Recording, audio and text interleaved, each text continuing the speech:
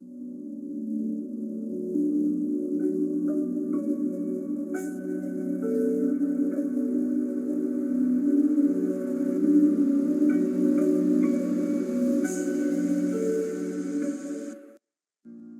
and gentlemen, Diamond Podcasting Productions presents The Shoot, a pro wrestling podcast, with your hosts, Dan Burke and Drew McKenzie.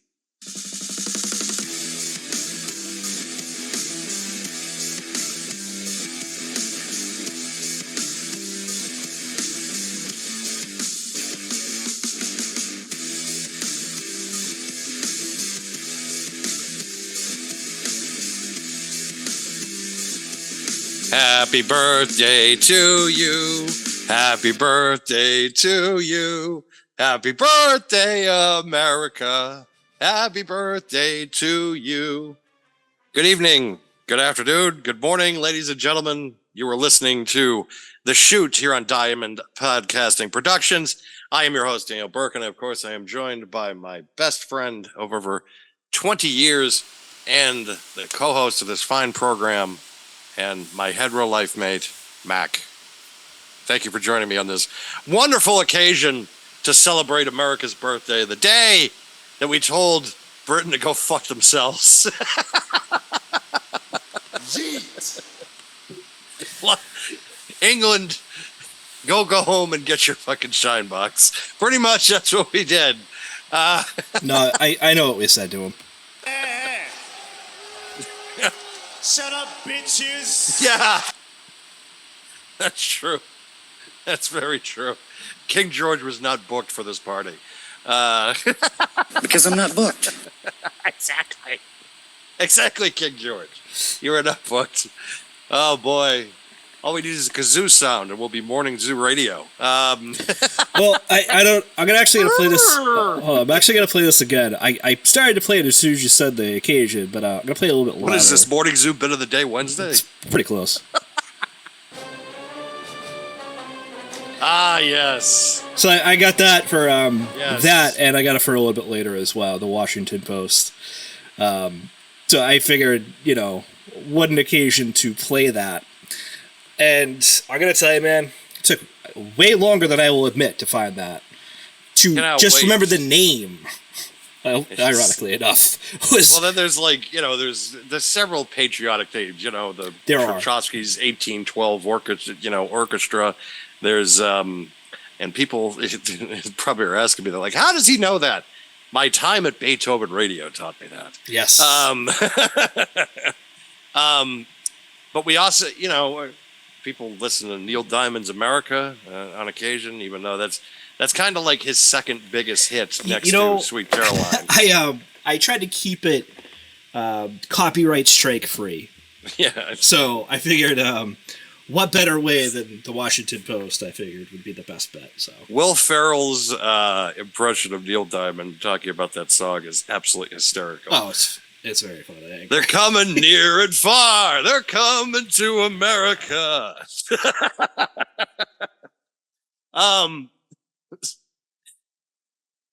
It's an interesting time, considering the fact that this is an election year. And I'm not going to try to get political here, folks, because that's the least thing I want to do on this program ever.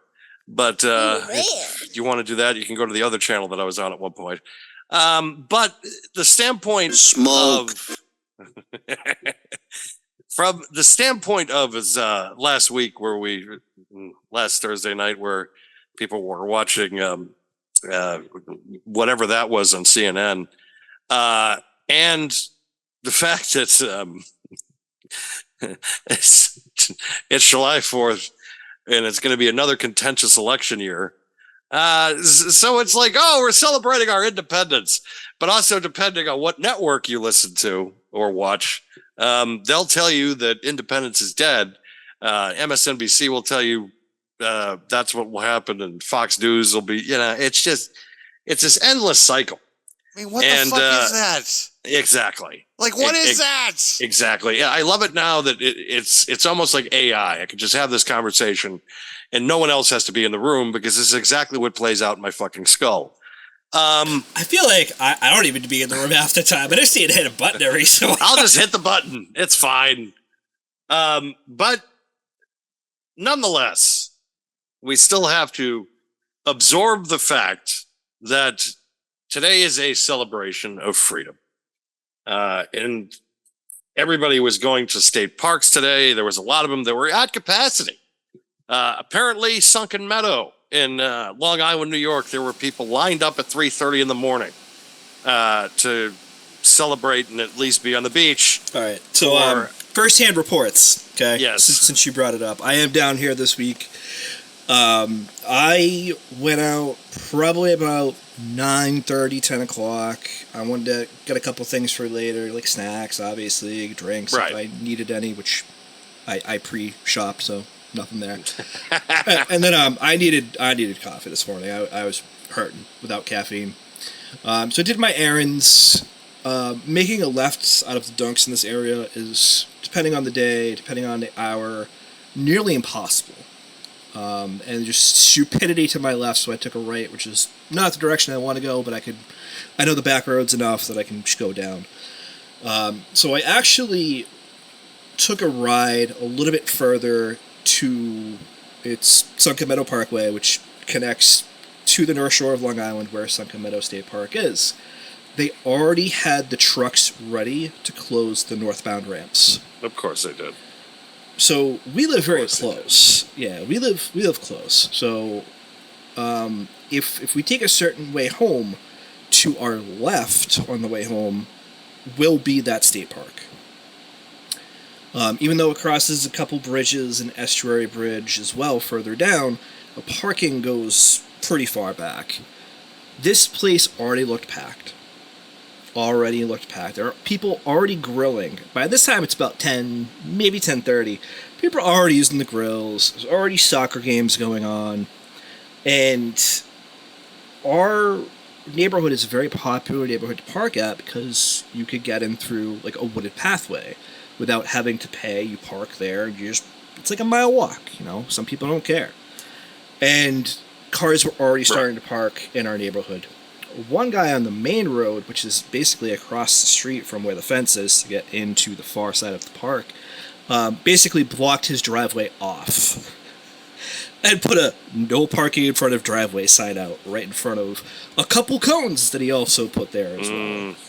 So, yeah, needless to say, this place was probably close, if not already to capacity when I drove by, already prepping to close it down. Last couple years, I believe around July 4th as well as Memorial Day, if they can't get through, they just end up camping on the parkway for a while and barbecuing there. Because there's a substantial, side where you could do that. Not like woods, but they shave it down, a good amount so you could fit a couple cars in there if you wanted to. And that's the whole way down. So, yeah. Long story short, I'm sure places were packed. Kelly wanted to go to the South Shore to Jones Beach and watch the firework, and I kiboshed that we will never make it there. We will never actually make it to the beach. So why bother? What's the actual point there? So, first-hand accounts, yeah, I can actually hear the fireworks going off right now, ironically enough. Neighbor has been setting them off also this evening. So it's one of those things of who knows what's going to honestly happen on that end. Yeah. If all of a sudden in the middle of the program I will think that I'm being bombed in Kuwait. But or if my dogs start really barking like crazy, it's probably not luckily my fault this night. Luckily I don't have dogs where that happens. I just have cats that'll just run and hide somewhere. Yes. Of course they're kind of blocked off and where they can hide now because with the air conditioning situation, it's more or less just look, that bedroom is blocked off, so you can have between the kitchen and the living room, but you can't, which, my older cat is used to, concerning the fact of that when my old apartment was probably about 475 square feet. So she didn't have a lot of roaming vicinity. But Beetlejuice, the young pup, or the young kitten, he's somebody that likes to have his way of using a speedway, freeway type situation where, Dad, I might want to go 95. See, can we have all the doors open? Exactly. But you would think that the majority of the public would understand that going to the beach on July 4th is not, you're not the only person on the planet to have that idea. And it makes it difficult because there are two things going on in this country. One is that it's on a Thursday, so it's a little difficult, even though there's people that they would take a whole block of this time off. Whole week, right? You are talking to one of them. Yes. I didn't take the whole week, but I took yesterday, I took today, obviously it's the holiday, and I took tomorrow. So Right. Which I have tomorrow off regardless because I don't work Fridays during the summer. But, stopped trying to take the day off, couldn't get it. Because everybody else took the day off. And it's like, damn it! Which hopefully she'll be able to catch up on work. The poor girl has been really putting in a lot of time and effort to with her job, a lot of overtime, and a lot of projects that have quietly loudly burned her out. And that's kind of the position that everybody I can think feels in. A lot of people right now just seem to be burned out. So having this day off helps. Going to the beach, even though I understand why you would want to do it on July 4th when everybody else has that idea. I think the last time that I did anything for the 4th was when my mother worked for, I'm not going to say the hospital because, she still has friends there and I don't know how pissy they would get. But she used to work for a hospital where she had of course, access to the parking garage. So the Worcester fireworks were just a couple of streets over. And of course, that was a loaded area. Like, don't go near these streets. Don't go on Shrewsbury Street. Don't go here. Forget it forever. So we were able to go to the roof of the parking garage. There were other people there. So other people, of course, they had the same idea, but it was not full. Like, you have your own space. No one else is around you, kind of on top of you, or kicking sand in your face, or getting hit with a goddamn lawn chair. You're private, and it's nice because everything, again, it's not like everything is eye level because, again, everything is being shot up and you're in a higher elevation. So it wasn't, it was, that was the last time. And I think that was back in 2016. Ever since then, it's just, you kind of keep it loose, kind of keep it private. And plus two, the vibe has kind of changed since then. Of course, that year was a few months later, some major political changes and shifts happened. And that's when things, I think, changed. And we're kind of in the current state that we are now a little bit. So yeah, it's one of those things with July 4th.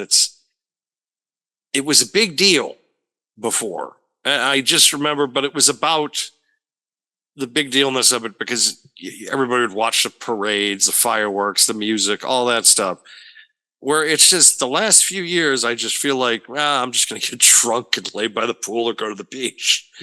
That was something we did, of course, as kids, but at the same time, it just felt like that it was more of a festive atmosphere where now it's just an excuse.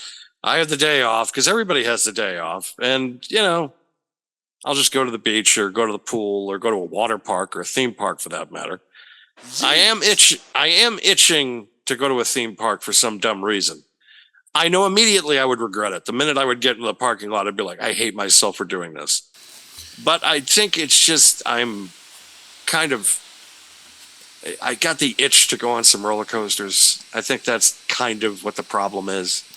Of course. I'll tell you, man, I don't want to interject here, but I'm in the same boat lately.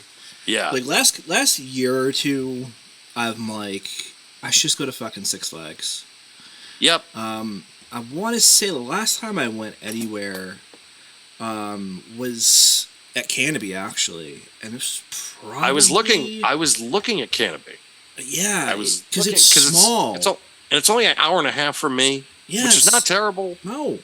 I think it was like 2013, I think I went, maybe? It was right. close to 8-9 years ago. Maybe even 10, obviously, considering what I just said. But, I mean, it's small. It has at least a couple rides that I enjoy going on. I feel like the water part is definitely backslid. So, like, because that's the thing, too. It's like, I would definitely love to go to a park, like the roller coasters and stuff, but I kind of want to go to a water park, too. You know? Like, yeah. I even, you obviously were from the New England area, but obviously. for some dumb reason, well, I'm just... I know. I'm putting it out there because some people be like, Canopy. It's a theme park up in New Hampshire. Yes. Speaking of New Hampshire, I was just thinking about it today. I'm like, that lazy river of water country would be calling my name right the fuck now. Yeah. Absolutely. Like that, not the wave pool so much because I don't want to die. River. Yeah, I get but, it. the lazy river. I don't think the wave pool there is that bad. I remember going to one in Florida that was like, holy shit. You know? There were times I felt like when we were kids, maybe the wave pools calmed down, but I felt like when we were kids, it was just like an all-out free-for-all. I feel like I drank at least 3 gallons of that pool water because it was just ridiculous. Like every other minute, you're like, ah! Yeah. Just nailing it. But, goddamn, like I'd love to be able to go to one of those parks, but then, you know, you go in and you look at the prices and you're like, oh, I see why I'm not going. Because it's just the expense of it just to get in the door. Yeah. And then it's not like they're like, oh, you can't bring your own food in. It's like, so it's like another $50 in food. And it's not the quality, the quality that it once was, where it was, you're better off going to a fast food joint than getting stuff from like Six Flags or something. I feel like that's a step below. It's a step below fast food at that point. But for some dumb reason, with all that being said, I am dying to go on like a coaster or something. Just some ride, just the wind in your face. And it's just, even if Whalen Park was still in business, which, god damn, I'm going back to 25 years ago. Yeah. But damn. I mean, that was I remember being a kid, $5 Mondays, where you could go pay $5 and ride every ride, no limits, nothing. And I think, I remember in the side, but then there was also, it was $5 after 5 o'clock. So people, I'm really dating myself because people were just like, you went to an amusement park when you were a child for $5? Yes, I did. Gas was also like 99 cents. So it was, but it was so fun back then. It was just, and it was stupid because when you went to Six Flags or even Riverside Park, even really dating myself here, that was before Six Flags bought it, but the coasters there blew away anything that Whalen Park had. But Whalen Park had the little coaster, which I remember going on my dad with once, and he's just like, you're never going on that ride again. He felt like the thing was going to collapse at certain points. And you kind of trusted him just because of the fact that he worked with wood a lot. So it was like, oh, I guess he might know what he's talking about. But that coaster never went down. It went down until after it was bought and redeveloped into condominiums, that whole complex. I remember when we went to that ECW show. It was in Fitchburg. Or it was on the Fitchburg line, which Lunenburg kind of borders it. And at one point, I was just looking around, and I'm like, this seems familiar. And I think I saw the tower that was on the left-hand side. And on the right side was all the new condominiums that were developed. It was just like, oh, like you're driving by and your heart is just, your inner child is just breaking. But then you have really no time to react because you're just like, I'm going to see ECW. Like, because we were all excited then because ECW had just got relaunched and we didn't know any better of what things were going to turn into later on within weeks. But now that we took you on this trip to memory lane, speaking of memory lane, this week, WWE finally released WrestleMania 40 behind the scenes on YouTube. We had to wait over just about 3 months for this production. The only thing that they told the truth on was the fact that it was released on a Wednesday. At least they stayed with us there.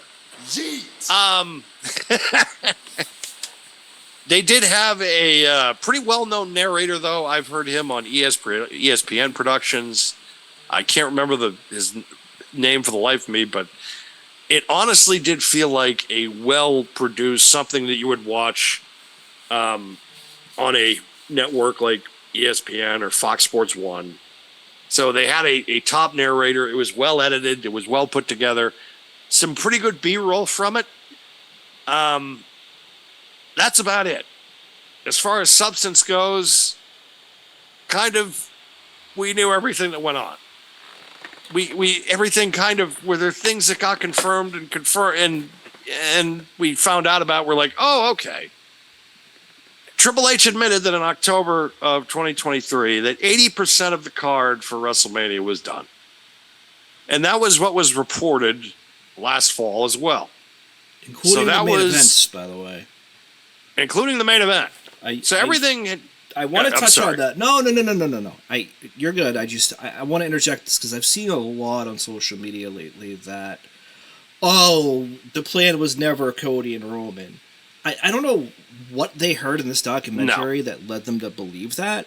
Triple H himself said it in the first 10 minutes of this documentary. He basically said, no, we were good. It was going to be Cody and Roman too. Then he said the plans changed, all kind of centered around The Rock and him coming back and him wanting to do this match and obviously him joining the TKO board of directors. Things changed.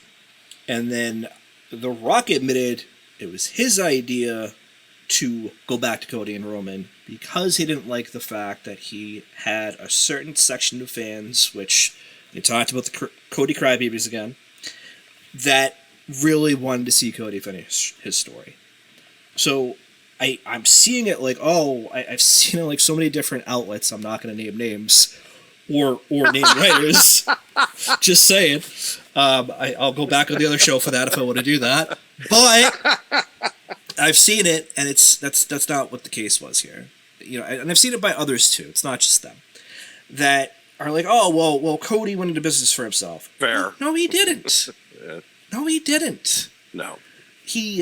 He followed what he was meant to follow. He expressed some displeasure in it, and whether or not that was intentional or it was just bleed through from how he felt about the situation, I think there's a little bit of both there.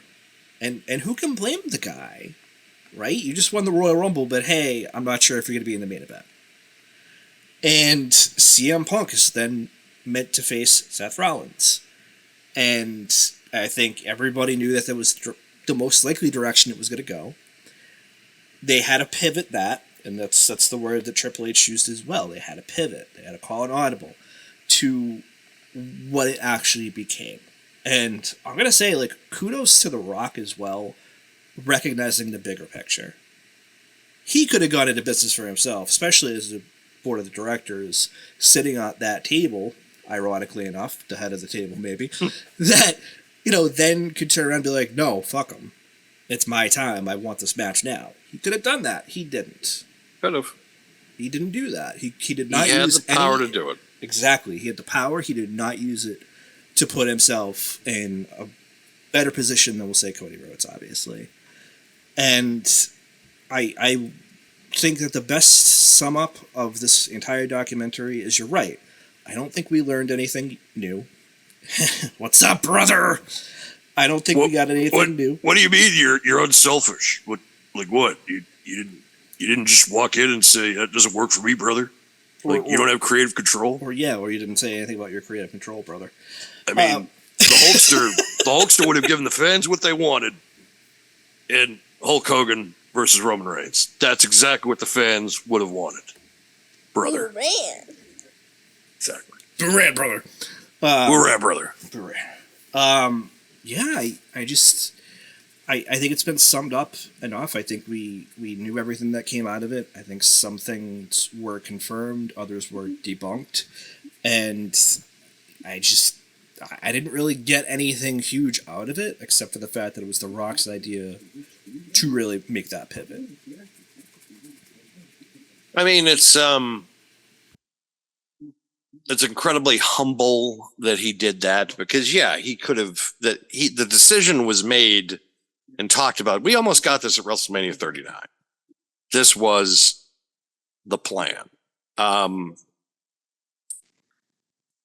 And Rock winning the Royal Rumble and then going on to WrestleMania 39, I think a lot of people, that was what everybody had said, including myself. I said, if you're going to do it this year, it's got to be at 39. Because it's in Hollywood. They're opening up the big stadium. This is the year to do it. Yeah. And they didn't do it. And I said, okay, that window is closed. As far as I'm concerned, that window is done. And especially too with Cody losing at 39. Because at the time, I was just like, why didn't you just give him the belt? But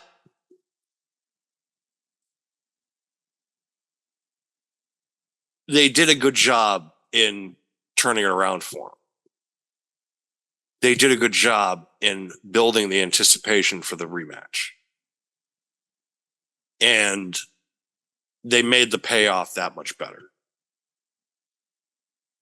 Now, if Vince McMahon did not lose power the week of the Royal Rumble, I don't know if they would have pivoted. Because he still would have had some say. And because The Rock talked to Ari Emanuel, he talked to Nick Khan, he talked to Triple H. But the problem is that there still would have been one stumbling block that you would have had to go through. And that was the man who still wielded at that point the most stock that they had. So he's out that week.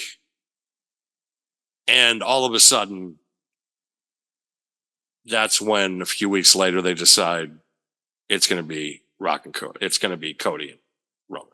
And we're going to have a tag team match the night before. Which really, I mean, turned out to be absolutely perfect, because you were able to get anticipation and for the first night, because Rock's out there. So you have that mainstream attention. And then anybody who's that mainstream person that really is just like, I got to see how this plays out tomorrow. So they watch tomorrow. It was brilliant, because all of a sudden, night one, you have a hook. And they either signed up for Peacock anyways, or they're at a friend's house the night before, and they're just like, fuck it. And they order that day because they need to see what happens the next night. So from that standpoint, it was a brilliant strategy, because you had The Rock on night one still being in the main event picture, still getting a main event victory over Cody Rhodes. And not only that, you now have, if we want to do Rock and Cody next year, we have a built-in storyline. Because Rock now can walk around and be like, you might be the champ, but I beat you. Yep. Sets up for next year. Which, again, is a bigger show. Well, I mean, even Triple H said it. Hold on, I don't disagree. Okay, but no, you're good. The reason I want to bring this up now is because this is a very good segue. They played that at the end of the documentary as well, where they're dropping the seeds that his story is now finished. The Rock drops the seeds the next night on Raw after Cody has won the belt for the first time, first Rhodes to win it, saying, your story with Roman is over, but your new story is just beginning. I find it... I almost want to say convenient, if not a little bit comical, that they've dragged their feet with this documentary, because they really did, let's be real, right? Of course. We talked about this in pre-show, Dan and I, where we're saying, like, for the amount of time that they delayed this documentary, we expected a lot more from it. Not saying we're disappointed, but we're a little disappointed. But the question then becomes, in your mind, do you feel that it's almost convenient, and again, if not a little bit comical, that we're not even a week anymore from Money in the Bank, and we have SummerSlam right around the corner? And at Money in the Bank, which we'll talk about in a little bit, we have the new Bloodline against Cody and Randy and KO. Correct. Don't you think that's a little ironic, if not a little convenient and comical? A little convenient. Yeah. I mean, it is a perfect segue into what is going to happen this weekend. And yeah. I feel like it's going to have massive implications on SummerSlam. Agreed. Firmly believe that. Oh, me too. But also, it's just this...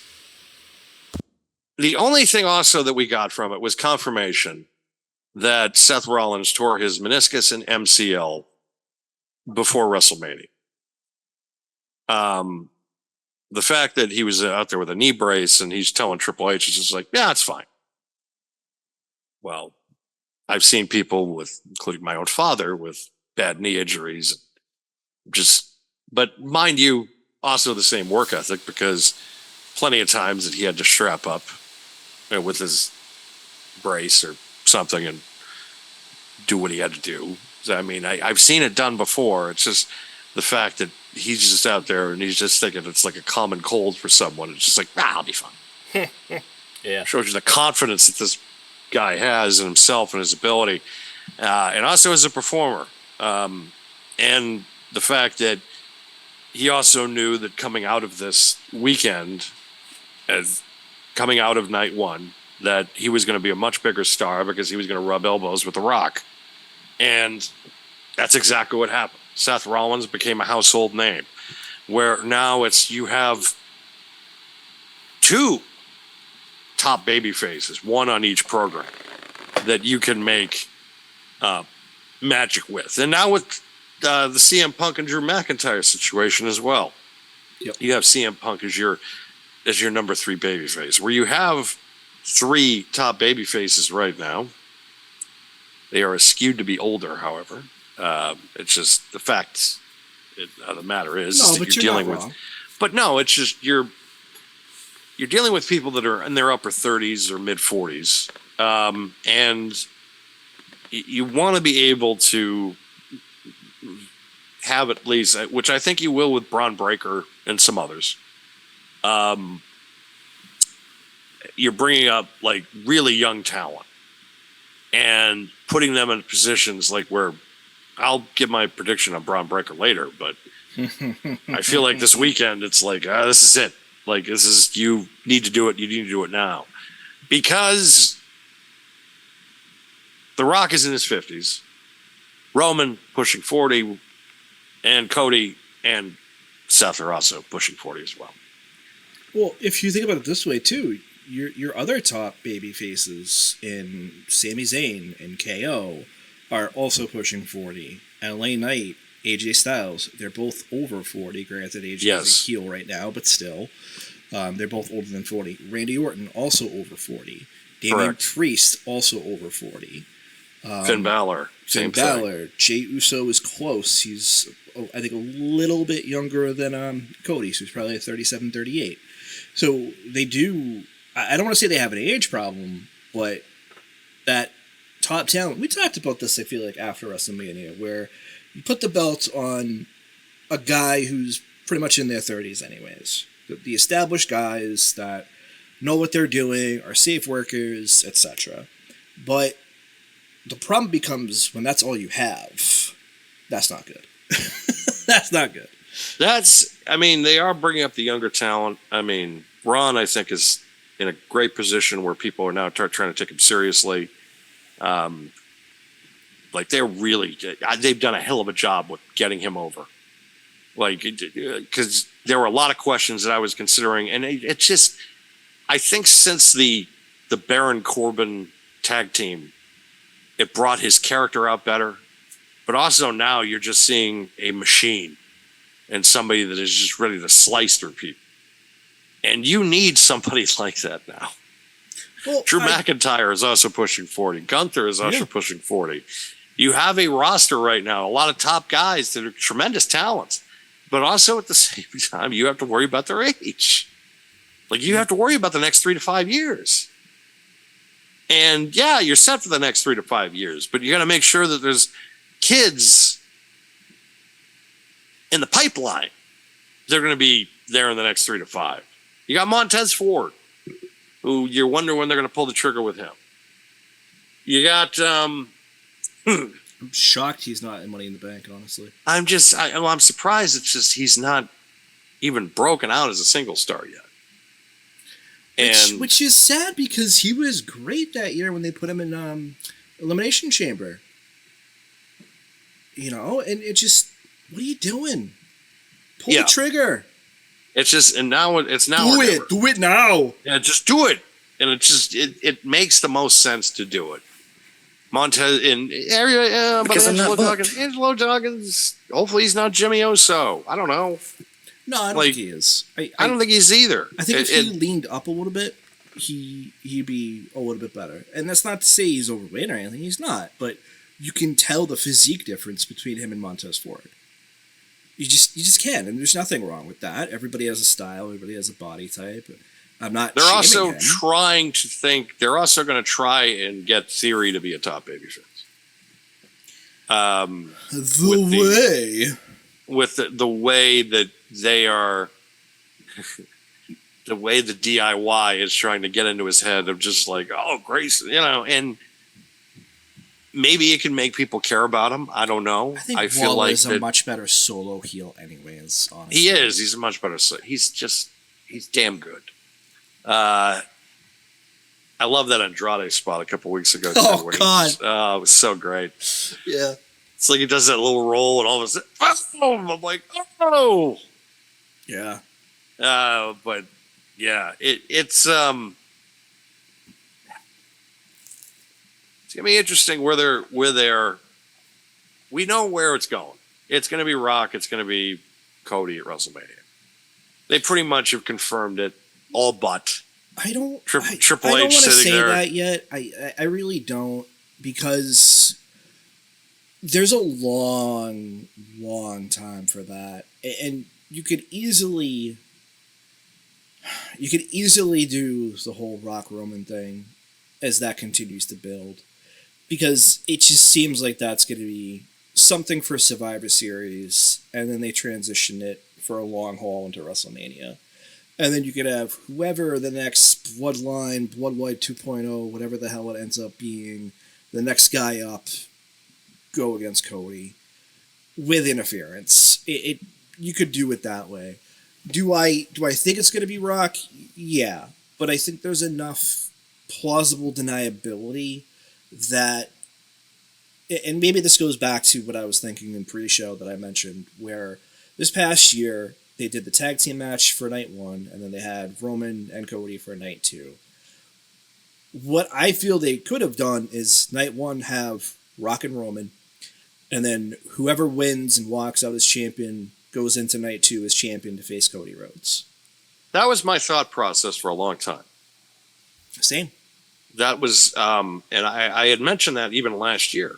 Yeah, we talked about it. I remember. I said for WrestleMania 39, I said, if you're going to get Rock and Roman, just do it night 1, and then Cody faces the winner. And then people had argued that you're not going to have Rock on night 1. Well, Rock was wrestling night 1 at WrestleMania this year.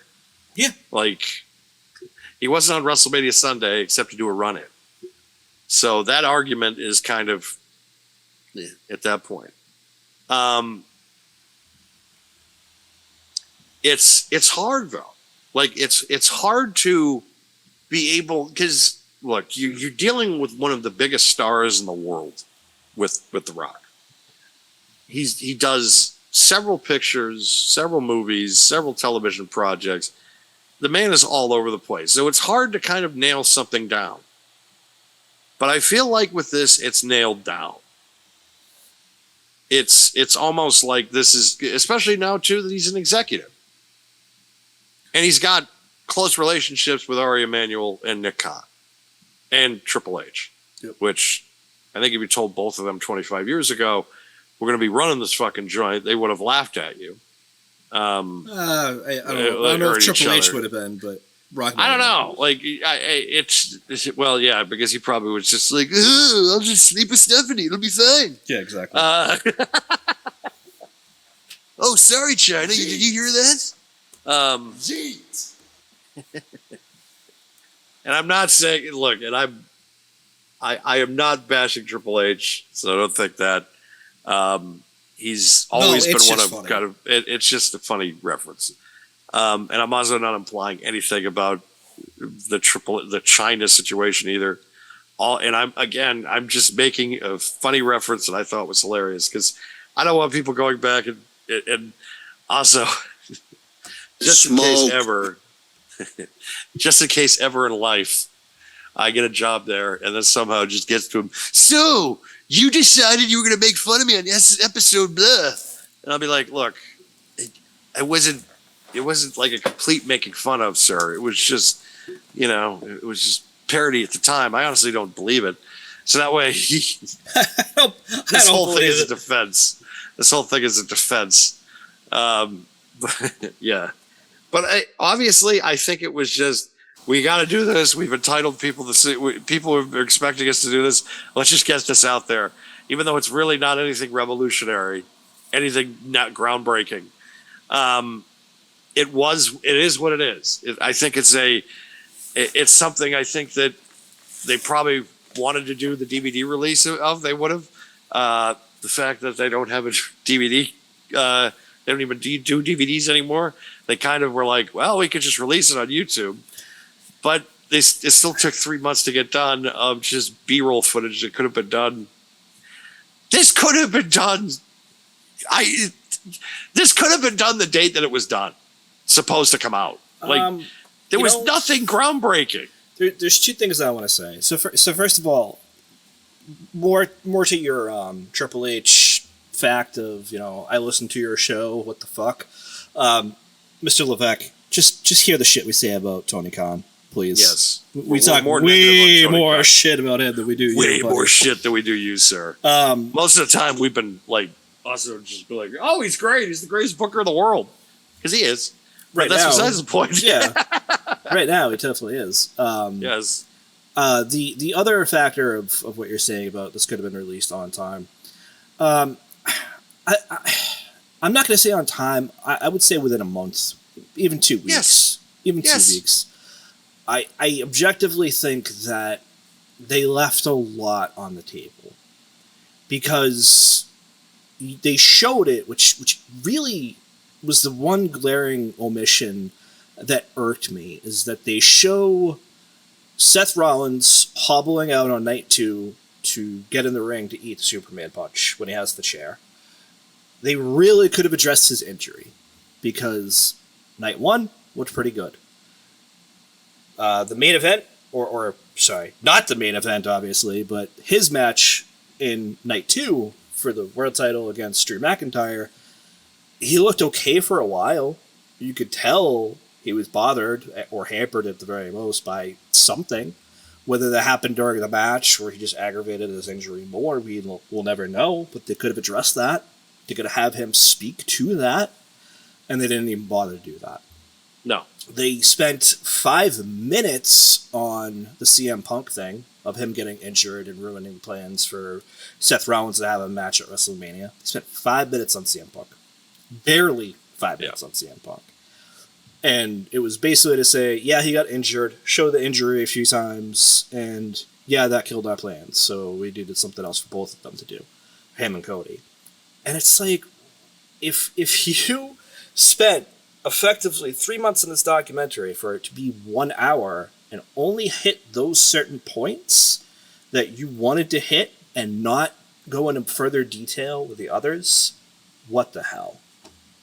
Which makes me think that CM Punk and Seth Rollins was supposed to main event night 1. And then it was going to be Cody versus, or then it was going to be Rock versus Roman on night 2. Right. Until CM blew his triceps and everybody was just like, fuck, now what do we do? So you kind of had to come up with something for night 1 anyways. And yeah, so it worked out. I mean, it did work out because, again, I think they did what they wanted to do, and that was get the hook. The Rock, the first night is the hook. Night 2, they're going to tune in. And that's exactly what happened. It was the most successful WrestleMania of all time. As far as viewership is concerned, money generated, gate, everything. It is one of the most successful events, and it is probably the most successful wrestling event ever. As far as money is concerned, everything, every metric you want to think of, this pocketed them more cash than anything. It was probably the most viewed event ever. Like everybody talks about how it was probably the best finish in WrestleMania history. Without question, it's up there. Like it is absolutely up there. I talked earlier that if Vince McMahon was still running things or still had a part to play, that he probably would have went Rock and Roman anyways and went like, fuck him. It's probably exactly how I would have thought he would have said that. But Triple H understands the concept of pivoting. And so does Rock, who has a say. And they both knew the right play. And Triple H, I think, came up with the best finish possible for the event. For that main event, especially, because I remember going into it, I'm like, they're going to fucking overbook this. Was it overbooked? Slightly. I don't even think it was overbooked. I just think, because it tied up so many loose ends. The only thing that sucked was the fact of, and I hate to say it, because Taker and Brock never had WrestleMania history. So that was like the only thing that didn't tie in my opinion. It was just like, well, we couldn't get the original guy who was supposed to cameo, but we got somebody else. Oh, yeah, that dude fucking Jerry Maguire the shit out of them. Show me the money! Show me the money! You're going to make it all back. Just give Austin what he wants. I know. Because that's all everybody... Because if he came out and you heard that glass shatter, that building would have just, like, at that point, it would have been the loudest sound you've ever heard in your life. It would have been up there, which the other one, the loud pop, was when Mick Foley won the title. And Rock was, and Steve Austin was involved with that. Yep. I would have met his price.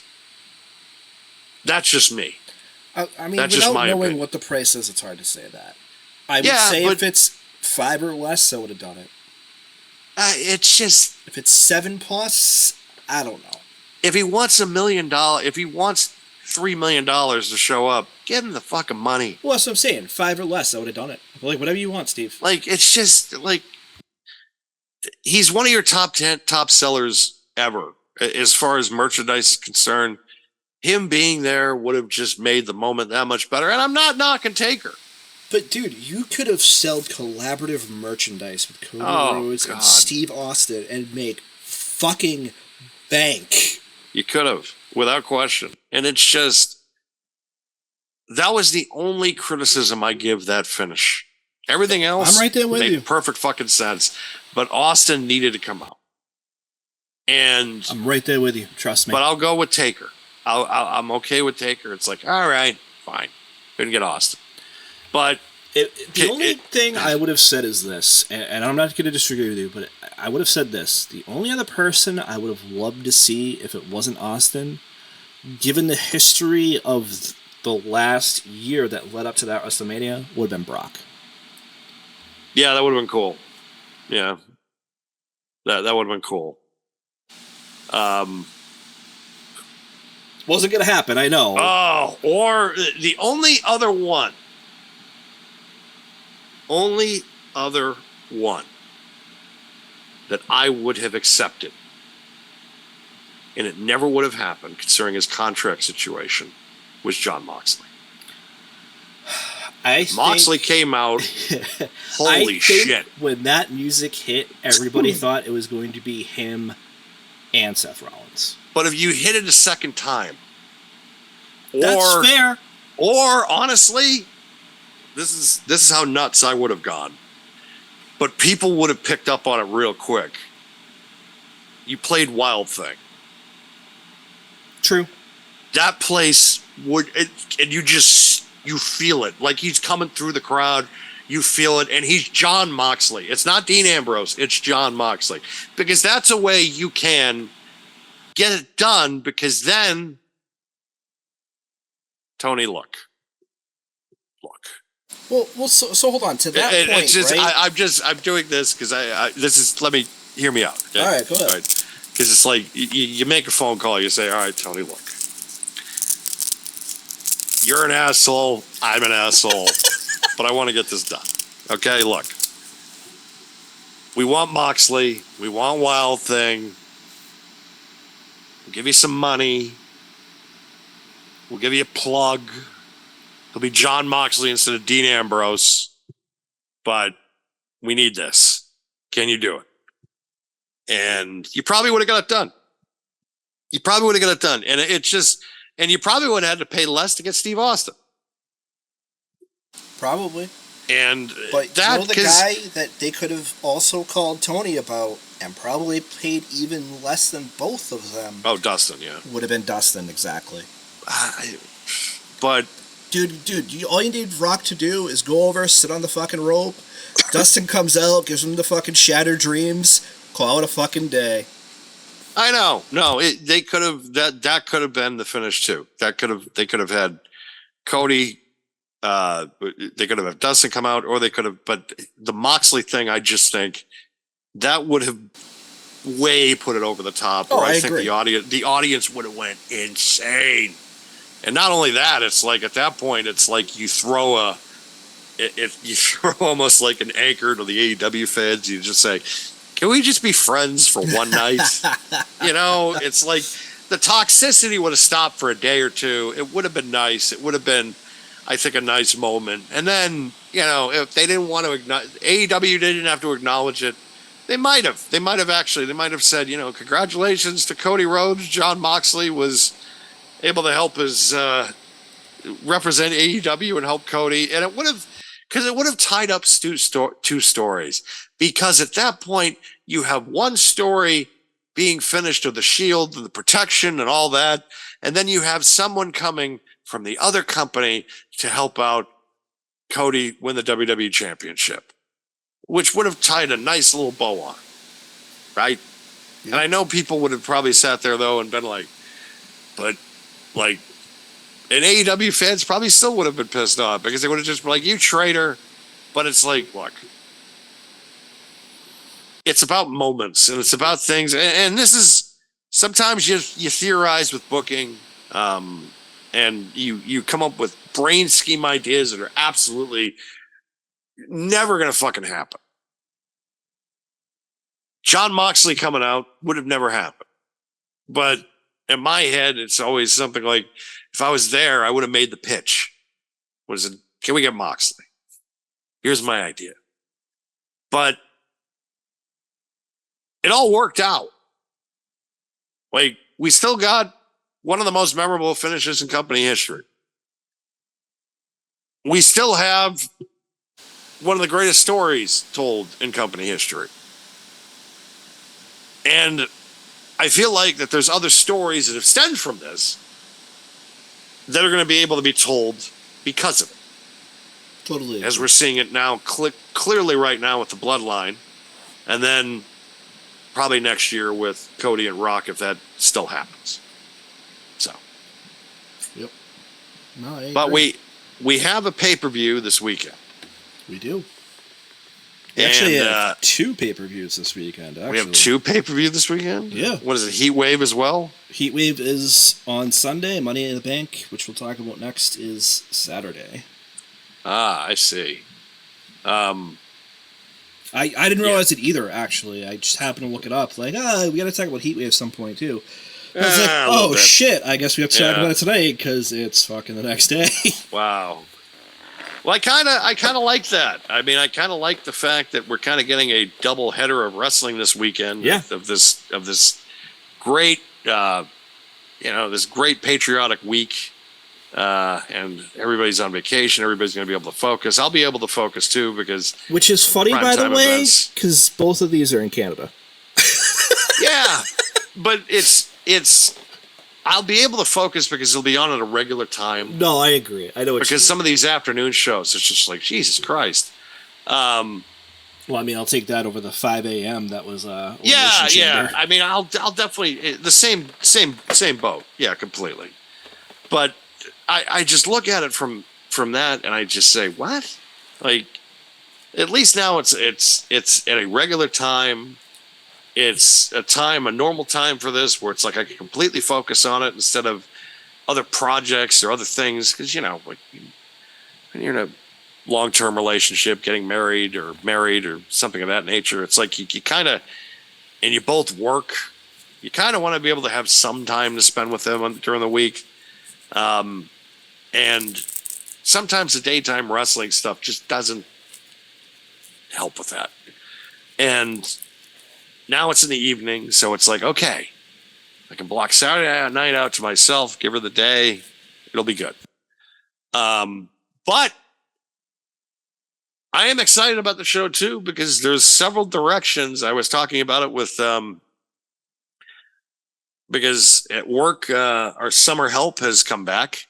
We hire outs. We bring in like students from other younger adults, I guess you could say, kids out of school for the summer, college age kids too that have worked with us before, and they, one of them is a big wrestling fan, so he was talking to me this weekend, and he just said about this weekend, he's just like, so what do you think? It's going to be Chelsea Green? And I said, no. And here's who it is. And I said, and I told him the same thing about the men's. I think it's going to be down to these two. Because it's predictable, but it's not. Let's face it, with some of these matches, there are going to be some, and you're going to see probably the same spots, because these multi-person ladder matches now are kind of difficult to kind of, every spot's been done at some certain point. But at the same time, the concept of being able to create new stars and create new talent, again, we've talked about earlier with their age problem. They don't have that kind of on the women's side, because they have a lot of talent coming up that are really young, and they're really coming into our own and busting out at the right time. One of those people, I'm going to talk about them later on when we talk about the women's match. I firmly believe this is her time. And I have a top two, and she is one of them. For this Yes. match. For this Yes. match, the top two, she is one of them, for sure. I guess we could talk about the women's match first. Yeah, I don't think it matters. I just put them in whatever order, obviously. Yeah, I think, but it's a great field. I think it's almost it's wide open for this. But I have one big name coming out of this, and it's Tiffany Shred. Right there with you. Tiffy time. It's her gimmick, and her being able, when that cash in happens, her being just coming out and just looking at them and being like, it's Tiffy time, bang, and you now have a star. The shit out of that. They will. They will. Time. Exactly. Like this is, she is over enough with people. She's over enough with this audience that she is going to be able to captivate the audience in such a direction that she's just going to gain more and more followers every single week. I feel like she has that drawing ability. She has that charisma to be able to draw in as many human eyes to the product as possible. And that's the way you have to let this play out. And I understand Chelsea Green also has busted her ass. And that's why she is my number 2 in this match. Yeah, it's either one of them right now that I feel like are in the direction where they could win this thing. But Chelsea is another one where because she's hot right now. That's the problem. But she's also put herself in that direction. Because Well, a year ago, after the year and a half that she's had, she deserves to be there too. but if you told me a year ago, because we talked about, she had a hot 6 months coming into that, but if you told me a year ago that she's going to be a candidate for Money in the Bank 2024, I would have said, she's had a hot 6 months, but come back in a year. And guess what? It's been a year, and she's still hot. Exactly. So it's like, either way, I don't feel like you can lose out, because I feel like that you're giving it to somebody that's going to propel them in a direction that you want to go in. Look what it did to Liv Morgan. Yep. Exactly. Liv Morgan beat Ronda Rousey and was able to carry that over into now where she's one of the most important people on the show. And that's because of the Money in the Bank. The Money in the Bank contract, which people have said they don't create new stars with it. They don't do anything with it. Look. It elevates the stars, though. That's the thing. It might not elevated Damian Priest. Exactly. It elevated Liv Morgan. It elevated Io Sky. Yep. 100%. Who won in 2022? I'm trying to remember for the men's side. I think it was Theory. Okay, it didn't do well for him, but those hit or misses. Okay, but it's not 100% guarantee. That's the thing. It's not. You know, it's about the talent making the most of it. Exactly. Liv Morgan has made the most of it. Damian Priest made the most of it. Io Sky made the most of it. Yeah. I could see Chelsea being somewhat like Theory in the sense of she tries to cash in multiple times and just it fails. But then, unlike Theory, more like Damian Priest, she's going to cash in at a perfect time and win something. Of course, that requires her to win Money in the Bank, which I think she's one of the top 2 that they should let win. I think it is Tiffy time. I think they need to strike while the iron is hot. I think she's proven that she could be in that position. She had great matches with a lot of great people, great talent. She had a great match with Becky Lynch at NXT pay-per-view, for Christ's sake. Right. That proved it to me right there. She continues to shine. She's in Elimination Chamber, for Christ's sake. Who at that point can say something like that she's been in 2 of these WWE specialty matches, as it were, with Elimination Chamber and now Money in the Bank?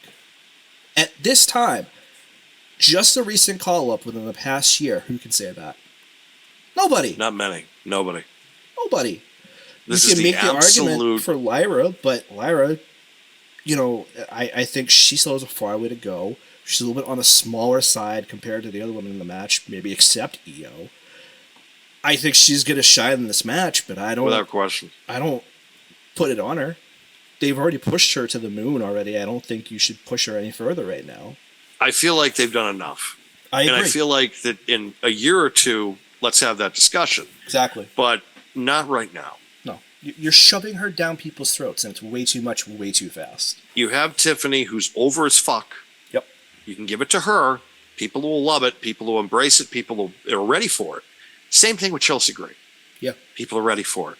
People will accept it. People will be like, but then here's the part, because you have Bailey, who's an excellent babyface, but her going a Karen versus Karen matchup with Chelsea Green would be hilarious. Because they would just troll each other constantly. Oh, yeah. That part of it would be fun. Tiffany, however,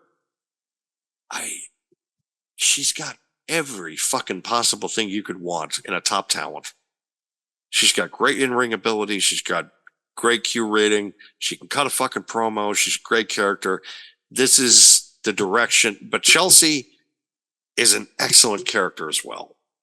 She just doesn't have, I think, the quote-unquote wrestling ability that Tiffany has or others. But at the same time, you can have Piper Niven be your heater. Exactly. And there's a story in that. Yep. Because then Piper's going to get sick of her shit. Yep. And one day she's just going to flatten her. And there's a story there. Yep. Where she goes and takes the title from which makes Piper a star. Yep. It's which gonna she be the already same. is. It's gonna be the But same with it's- Tiffy too. Because Exactly. Because they're doing the same thing with Nia Jax. Exactly. Nia Jax and her are best friends, and then, Tiffany can just walk around and be like, and then at the right moment, she can fuck Nia over. And that tells the story. Yeah, it's called SummerSlam. Because she's already facing Bayley at SummerSlam. Right. You can do it right there. It's just But do you want to do it that soon? not Or do you want necessarily. to kind I'm of saying build they it out could, a few though. months? You could if you wanted to, but I think that I don't know if they're going to do another women's cash-in at SummerSlam because they did it last year. Was it last? Oh yeah, you're right. It was last it year. was. That's And right. so it's like I don't want to do back-to-back years at the same show because then it's just like, you kind of, and it's just, I feel like with Chelsea, she's going to hang on to it for a while. Tiffany, not so sure. I think maybe 3 or 4 months. And then finally, Nia's going to get put into a bad predicament. And then all of a sudden, it's just going to be like, well, cash it in. And that's it. But it's either Chelsea Green or it's Tiffany Stratton. Nobody else in this match, I feel like, deserves to win it or is in the position to win it. I don't want to say deserves, but I would definitely say position. Zoe has been floundering ever since that Trish Stratus thing has been over with Becky. She's done nothing. She's done nothing in the tag division with Shayna Baszler. Naomi just came off a feud, quote unquote, with Bayley, and Io Sky went out last year. I just, they're so distant to me. I honestly think the only other choice of Chelsea and Tiffany, ironically, is Lyra Valkyria. Yeah. And like I said, I just think it's too soon for that. It's just too soon. And I think that you have... Is it possible? Yeah, it's possible. Yeah, sure, but I know they're really pushing her strong, and I get it, but you got to think about now. You got to think about while the iron's hot. I think Triple H is capable enough to know. And look, and there's a lot of things I could say about Ronda Rousey. And here's one of them that it is going to be when she was flapping her gums and saying that, oh, well, they changed it the day of, where it was supposed to be Lacey Evans that won Money in the Bank, and then they changed it to Liv Morgan, which I was just like, well, that confirms Vince still had a pulse at that point because he made the right move. And for her to think that that was a last-minute change that was just, if anything else, other than like making an implication, because she made an implication that Liv sweet talked her way into that position. It's like, no, she didn't. She was over as fuck at that point, and she just needed that boost, and they gave it to her at the right point. No one was unhappy when she won the Money in the Bank. No one. Especially when she cashed it on Ronda, everybody was happy. And you think about what happened with Big E a year earlier at 2021 when he won the Money in the Bank. Yeah. That was such a feel-good moment when he cashed in Boston against Bobby Lashley. Yep. Unfortunately, his career ended like 6 months later, but still it was a moment. No fault of his own, though. No fault of his own. But it was a moment where everybody was just like, fuck yeah.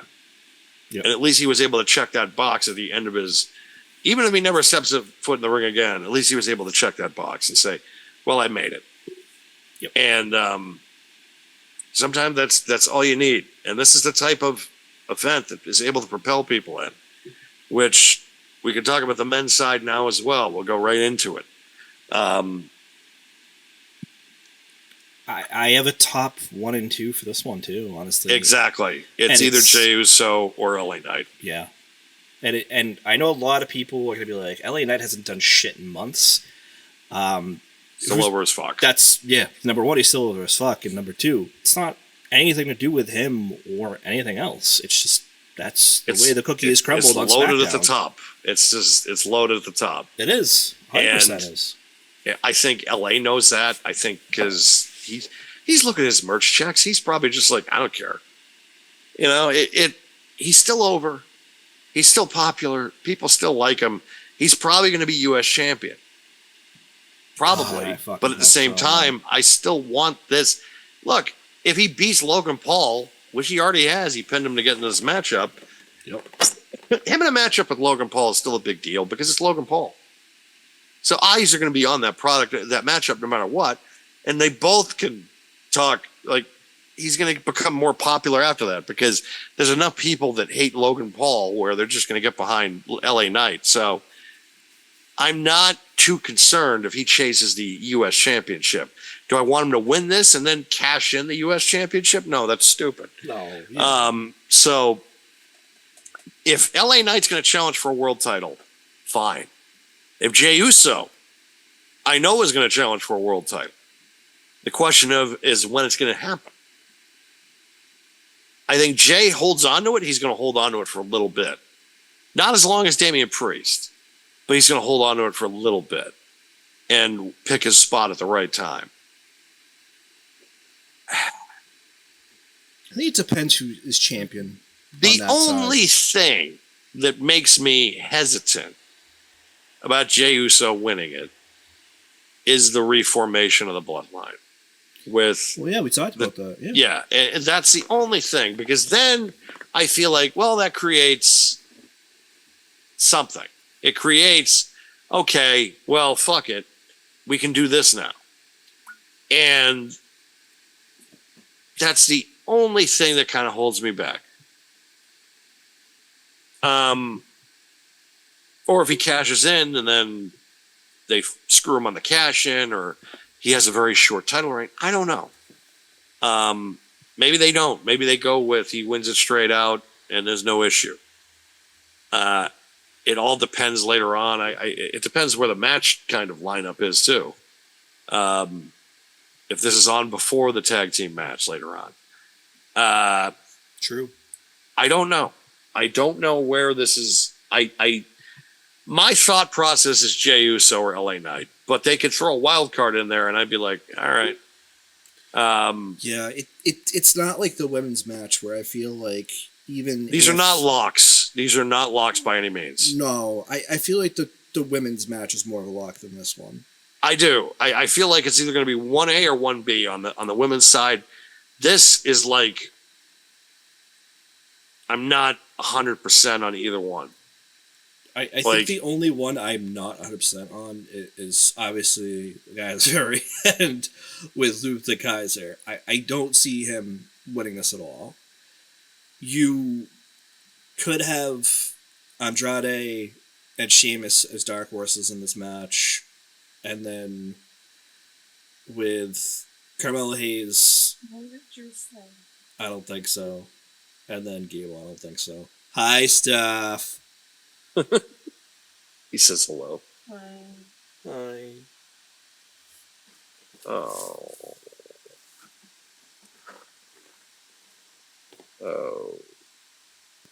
Okay. You feel all right? Scared. It's weird. I know. I know. You'd think that they wouldn't do that to you at all. It's just because it's soft. What? Yeah. This is the worst day ever. It's gonna get better. Tomorrow's gonna be a lot better. Tomorrow's gonna be better. I promise. 'Cause tomorrow we're gonna get Taco Bell. Yeah, that's a good day. I love Taco Bell. It's okay, honey. It's gonna be all right. Get those tacos tomorrow. You'll feel better. Oh, I'm sorry. I'm sorry, honey. Dying? What? Am I dying? You're not dying. You're not dying. What did I say? What did I do? Mac. What did I do? What did he do? A chunk of my back tooth just broke off while eating an ice cream sandwich. That sucks. Dentist. Yeah, dentist. Why would that happen? Am I dying? I don't think you're dying. You're not dying. You probably just had a cavity and didn't even know. Yeah. You're saying yeah, like I can hear. No, what he you're just saying. said he had you maybe had a cavity and you didn't know. A cavity would hurt. Not always. Not always. Like a big chunk of my tooth is missing and it doesn't even hurt. And it didn't bleed. I don't know. But this is the truth I've been saying. I feel like I have a little hole in it. Yeah. Which is a cavity. Which Yeah. While clearly eating didn't an hurt. ice cream sandwich? Which is a cavity. I don't know. Maybe it just. Honey, I'm not a dentist. I'm just scared something's wrong with me. You're now. fine. I swear you're fine. You just got to go to a dentist. I don't want to go to a dentist. I hate going to doctors, and the dentists are the worst ones. You have to go to a dentist. Nah. It's okay. I honey. hated today. Today sucked. I understand. Today was rough. It's okay. I told Kelly. Kelly can fill you in, man. This is just the what the cherry fuck on is top that? of the shit Sunday I've had of it. Yes, we're not gonna discuss in great detail about our entire I day. just had a shitty day, and this is just to top it off, and I'm going to bed now. All right. I love you. I love This is getting left in, by I love you too. you. Fine. the way. I don't care. He loves you. I love you too. Yeah. Dental plan. Lisa Dental needs plan. braces. Lisa needs braces. Dental plan. Lisa needs braces. I have a dental plan. Dental plan. I just hate the Lisa dentist. needs braces. I hate going to doctors, period, and dentist is the number one. Dental plan. Okay, good night. That was the big fuck you. It's over. Just leave my phone. All right. Dental plan. Dental plan. Oops. Dental plan. Lisa needs braces.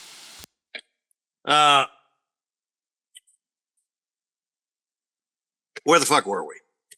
Okay, we were talking about the men's match. Yeah, I think that it's 1A, 1B with Uso and LA Knight. I don't see Kaiser or Carmelo Hayes. Kaiser even cleared? I don't know. Last I heard, he was. Okay. I don't see it. You got Andrade. Kamala Hayes, it's not his year. Like No, next year or his- 2 years will probably be His it. But character sucks right now. yeah, they need to figure him out. Yeah, and then Chad Gable's a distant one that I could maybe, but I don't know. There's going to be some screwy stuff with the six, so Yeah, I think that might cancel him out. yeah. I mean, that's how I feel. it could be a shock one with Carmelo, which, but at the same time, they're trying to youth movement, so it does make sense. But because you got LA Knight 40, and then you got Jey Uso pushing 40, so Carmelo Hayes winning it, yeah, that kind of propels him a little bit. But the problem is I just don't think he's ready at this point. And No, I don't think. I think the audience would also understand that as well. So from that standpoint, but yeah, I think it's Jey Uso or LA Knight with a wild card being Carmelo Hayes, because I think everybody else kind of cancels each other out on this thing.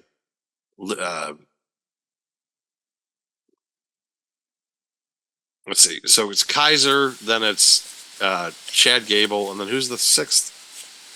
Andrade, right? Andrade. I don't know why in the picture it says Ah! Sheamus, but I wonder if they're going to do Andrade.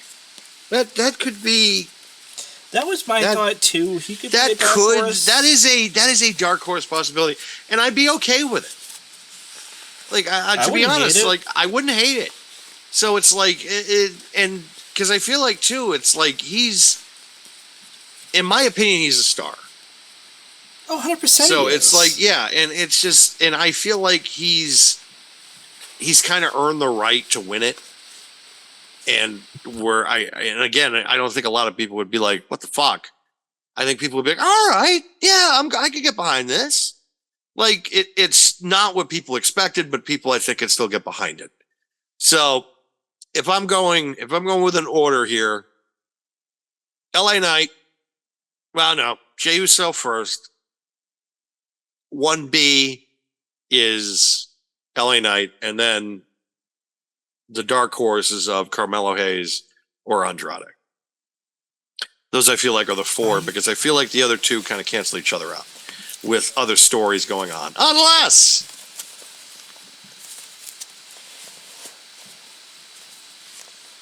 Kaiser wins it, and then Gunther wins the championship from Damian Priest. So you have the Australian versus the German at Bash in Berlin. You could do that. I don't know, man. I don't think that's a bad idea, but I just think that the momentum is clearly going to be on Jey Uso or LA Knight. I agree. But again, I think Andrade, I would not be unhappy about it. I'd be fine with it. I wouldn't either. Yeah, I agree. So from that perspective, I'm okay with it. It's gonna be fun though. It's gonna be. I think that because I feel like that's more unpredictable than the women's match, because it's like the women's match. It's like, yeah, these one of these two. This match, it's like, well, I could come up with 4 people that could win this. 3 of them make sense. So I'm cool with it. But it's all a big, yeah. There's a lot of questions I think that I have. I think that at least on the men's side, I think the women's side, it's going to be 1 or 2. But the men's side, it's like, wouldn't be surprised. Yeah, no, I agree. So, all right, so that takes us out of the Money in the Bank matches. I guess the next logical one to go to was probably going to be the Intercontinental title match between Sami Zayn and Braun Breaker. it's time. It's time. It really is. Do it. Braun Breaker, your new Intercontinental Champion. Because the title now has prestige.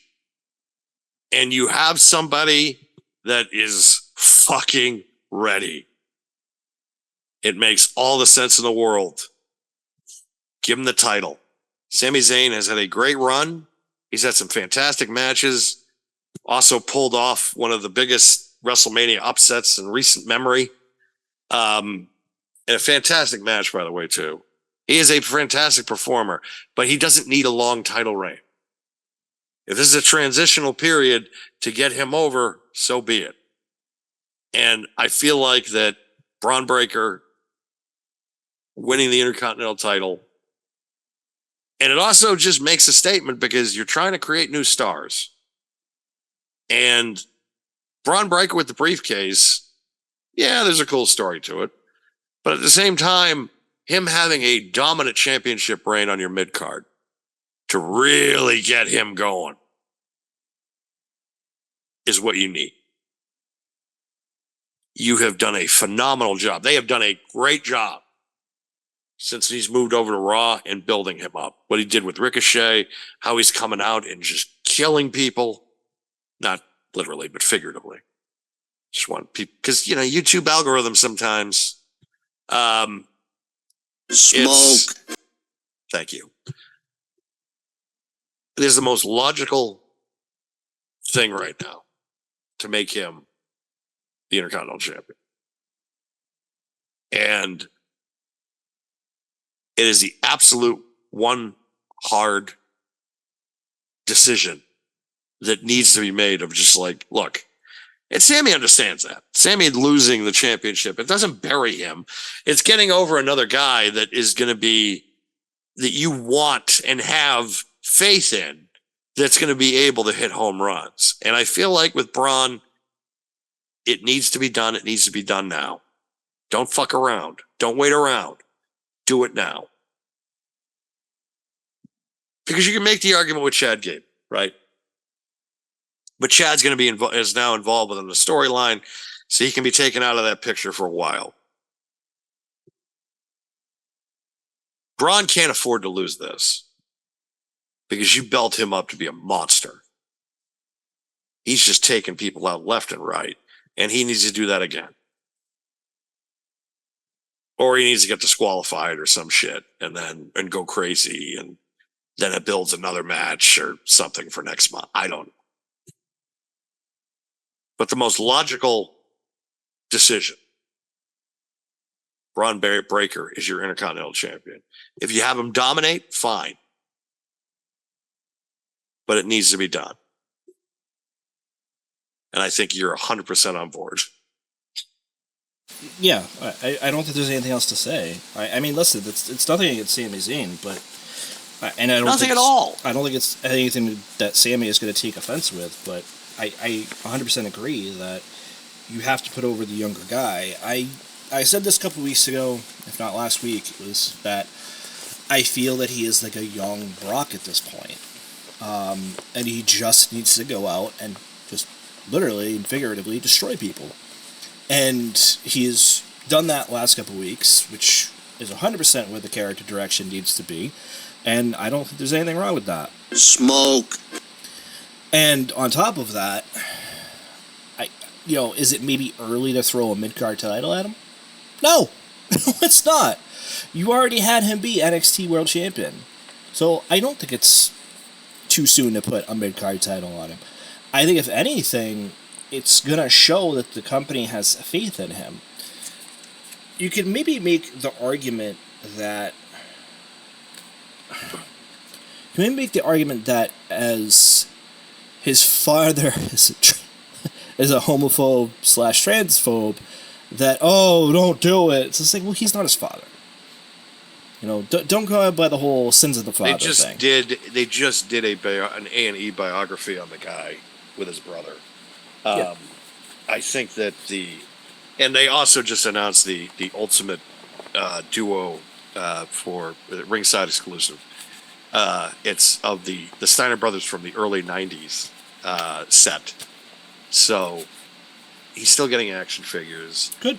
He's still getting documentaries against him. Yeah, on him, not against him. But he said some dumb shit. He made some comments that I think if it could have jeopardized his son's career. I think he realizes that. Look, go back and look at Scott's shoots too and understand that both of them have said some things that you're just like, whoa! It's just nobody called it out on Scott because they were afraid that he was just going to rip your head off. Jesus Christ, what a human being. Holler if you hear me. He was the fucking man. I like the late 90s, early, like the second he went with that look, like with the chain on his head, it was just like, this fucking guy. Like, because I always liked him as a worker anyways, even when he was in that tag team. I was like, he is going to be a phenomenal single star. And when he became Big Papa Pump, it was just like, yeah, he figured it out. He figured it out. And he made his own version of Superstar Billy Graham. He made his own version of Jesse Ventura. He made his own version of Hulk Hogan. And the funny thing is he was the best worker of the four of them because he was the genetic freak, biggest arms I've ever seen, one of the best bodies I've ever seen, but also one of the best workers I have ever seen for a guy his size. He was hitting the Frankensteiner in 1991. Yep. Never been seen in this country before. The Steiner screwdriver, which might be one of the best finishers ever.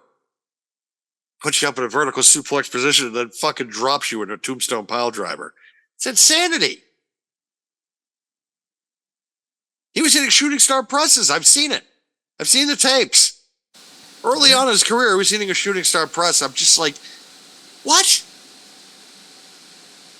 And that's also the genetics that Braun Breaker has.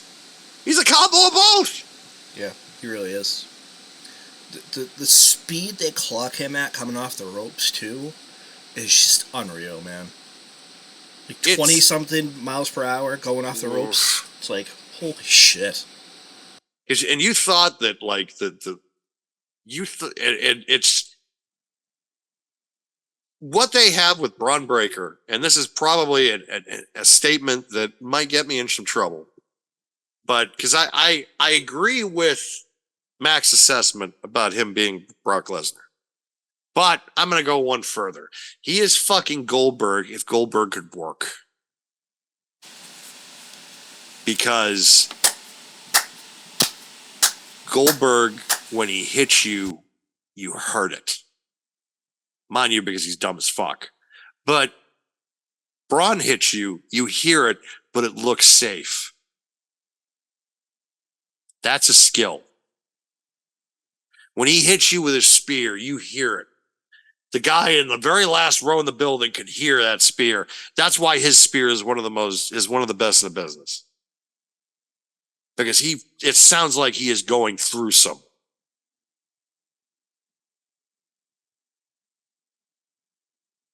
You gave him the right presentation, because I feel like with Baron Corbin, and there's a lot of negative things I've said about Baron Corbin in the last 5 years.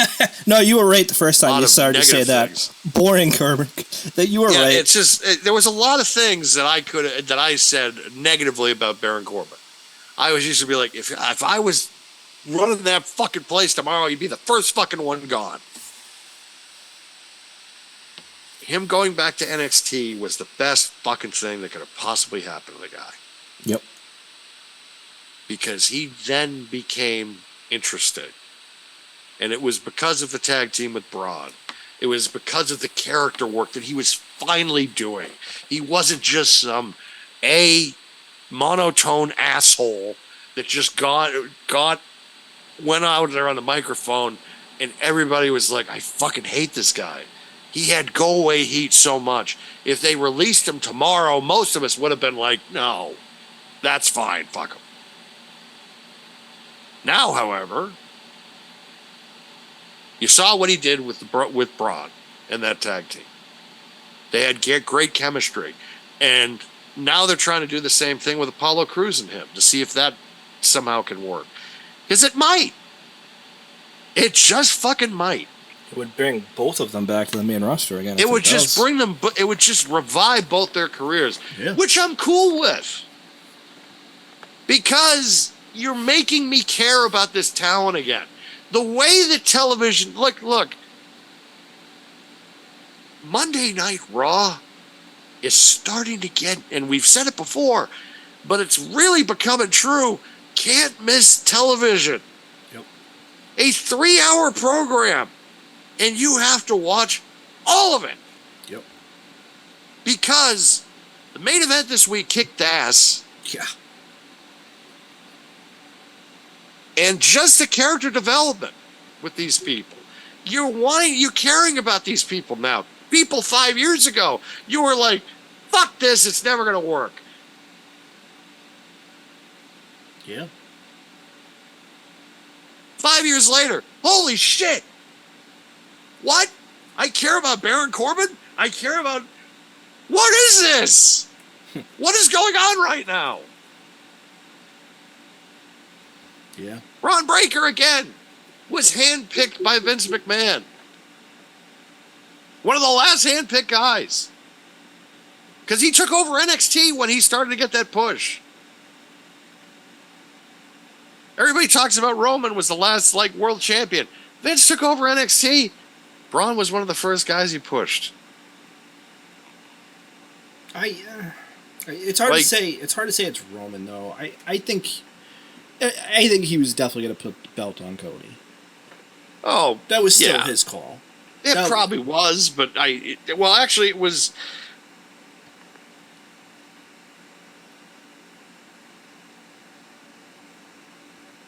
Reported that he was on board with it last year at WrestleMania. He was going to go and talk to him, which worked out. Shows you the confidence that Roman has, the fact that he's just like, I'll get fucking Jay over. He did it. Yeah. I'll get Jay over. So that way you not only get Cody over, I'll put him over next year, but you got Jay. You know, and the argument could be made too. I hate to go back to WrestleMania last year, but at the same time, it's relevant to the conversation. It is, yeah. Somebody had said and made the argument, and I think I did too, where it was like, okay, that makes sense. Cody probably needed to give that one in the first place, in my opinion, just to show that he was willing to do business. Because I know who that was, but go ahead. I know who it was too, but he made a point, and I'll give him credit. It was a valid point. I think the point was valid. I think the approach to the point that he the approach was dog shit. Let's be real. There were a lot of things that sometimes the approach was dog shit. That's true. The point was valid, but that's near here or there. Because I'm not booked. Exactly. He's not booked, so we're not going to talk exactly. About it. Why did you defriend me? Why is this going? Oh, you're not booked. Smoke. Like, it's just exactly. The fact is that it's a valid argument that Cody maybe needed to do business because of the fact that, and that was a valid point. Turned out not to be true. The world champion convinced them, give me another year. You know what? It fucking worked out. I can't fault the world champion for that. Yeah, he got another 365 days with the belt, but he didn't pass Hogan. True. He didn't pass Hogan. It's true. It's just short. Just a bit outside. Just a bit outside. But that's fine. Like, if he passed Hogan with his lack of title defenses, I probably would have been more pissed off. I would have been furious. Because say what you want about Hogan, but Hogan in that 4-year title reign was fucking hitting the road. Because that was back when you're on the road 320, 335 fucking days a year. Yep.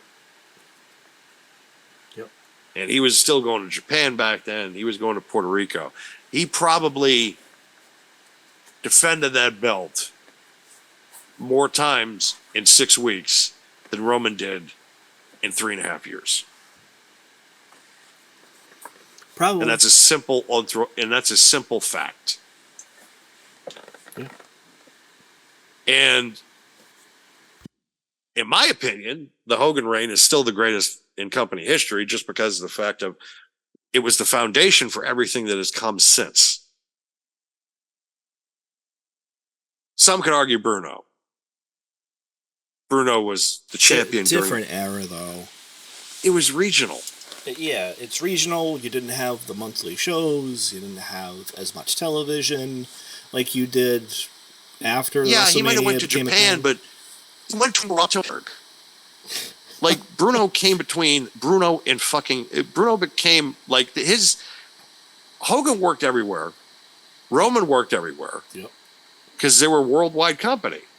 Yep. Bruno worked between Toronto and maybe Philadelphia. DC, around that area, right? Right, yeah. There was a certain part of the country he just didn't go to. Occasionally he'd go to Houston. Occasionally he'd go, like, because Paul Bosch liked to bring in the world champions from like different companies. So he'd do a shot here in Houston, a shot there in Houston. He'd go to Japan on occasionally and work for Baba. But the majority of the time, he was between Pittsburgh and Toronto,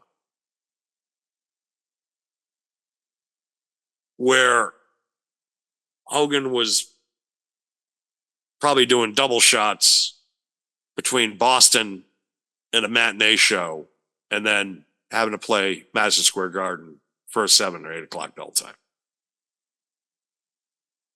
That's the insanity of WWF in the 1980s. Between 84 and 88. Because holy shit. Like, that's because you're setting at that point, it's just like, well, we're invading the world, so we have to fucking go everywhere. except the Carolinas and a few other states for a while. Took him a while to get some certain cities. Like Georgia.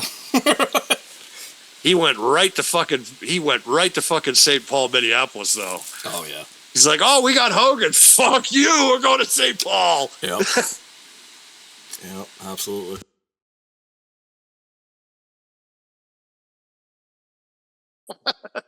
Vern's like, fuck. He took 3 of my guys. He took fucking Ventura. Who gives a shit about him? But he took fucking Hogan and he took Gene Okerlund. Vern's just ripping his fucking hair out, standing on his lawn like, this fucking asshole. Vince is coming into town. Hulk Hogan headlining St. Paul Civic Center. Fuck you, you piece of shit. Oh, man. But that was the bar that had to be set. Yeah. And this is why the championship, and this is why sometimes Vince still had it. He saw something in Braun Breaker. That's why with the NXT, which everybody doesn't want to talk about,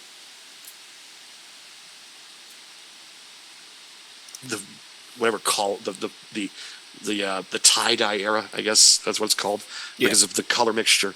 But no one likes to talk about it. But at the same time, Braun Breaker and Shawn Michaels was running things still kind of back then, because Vince still had to clear it. But they saw something in Braun Breaker then. So it's like this has been the natural progression. So it's got to be Braun. It's not even close. Yeah. So we did talk a little bit in that ranting about the WWE Championship, which is not going to be defended at this PLE pay-per-view, whatever you guys want to call it these days. Instead, Cody Rhodes... Fuck you, Toronto. Yeah. Canada just keeps getting screwed. Instead, Cody Rhodes, the WWE Champion, will be teaming with Randy Orton and Kevin Owens against 3 members of the Bloodline. So it could be Solo, it could be Tama Tonga, it could be Tongaloa, or the recently debuted the last couple of weeks, Jacob Fatu. It could be any of those. And the lucky 4th person will get to say... Because I'm not booked. There's a lot of potential for this match to be a stepping stone for future storylines. You kind of alluded to that earlier with what you were saying. Yes. You were talking about WrestleMania 40.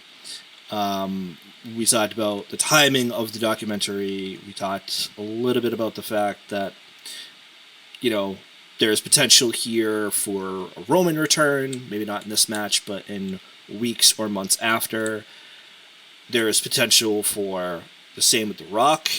There is potential for a Jimmy Uso to finally return after getting knocked out by this new bloodline, minus Jacob Fatu, obviously, who's not there. Correct. There's potential for a changing of the guard in terms of bloodline, I guess, special counsels after they've ousted Paul Heyman.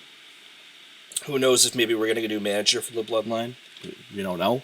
Maybe that could be Rikishi. Who the hell knows? There's a lot of potential for something to come about from this match. How fantastic was that pop when he said, "You are not my tribal chief"? Oh man! First of all, who didn't see it coming? But in the Garden, no less. Yeah. And it's just that story for him of this is the same guy who hustled his way backstage to be a photographer, and in that same building under the Vince McMahon senior days, and he's main eventing the same building in a segment that is going to be remembered for eons. He made this event, this matchup, just more important, and he's not even involved because now all of a sudden, because I'm not booked. Now all of a sudden, all these guys have been put into a bigger level because of the attack on someone that is a recent Hall of Famer and also has been one of the most decorated managers in the company.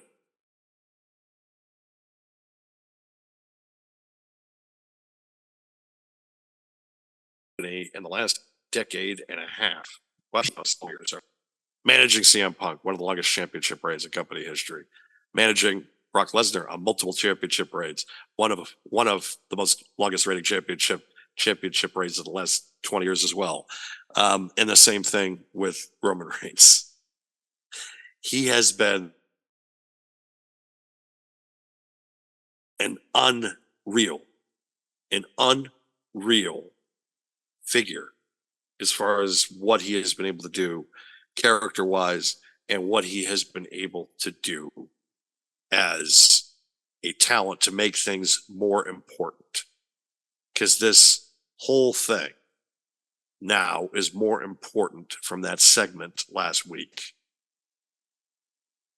And it came at the perfect time because we were talking about Solo Sikoa and how we were questioning his momentum coming in, his booking, no less. And this one segment has been able to now make him a bona fide, I want to see him get killed heel. And you wonder who is going to be the new wise man, who is going to be the new management. I've heard a lot of theories come around in recent time. Estrada would make probably the most sense considering he managed Yeah. or MVP, but I feel like Estrada would probably be better. It depends. The only reason I even mention Rikishi is because then you have a bloodline managed by somebody who's in the bloodline, so to speak. I don't know. MVP would be decent. I think Estrada is a very good choice as well. I don't know. I don't know. And you could make the argument, like, do they need a quote-unquote manager or a wise man or a special counsel, whatever? You know who would be... If you could get him out of his AEW contract, I'd call Don Callis in a fucking minute. Oh, God, that'd be perfect. Don Callis would be absolutely perfect for this spot. Unfortunately, he's doing whatever he's been doing in AEW for the last year. But that is the perfect way to say that, by the way. Yeah, it's just mattered, and that's been the problem. I feel like with him, it's like you can get people over that need to get over, and you just haven't been able to do that because I think the people that he's just been behind is just, never mind. We're talking about WWE here. You know who would be good also if they could get him out of that contract, which it's funny to me because he's been a commentator for so long, but I think Taz would actually be good with them too. Taz is a good possibility. Well,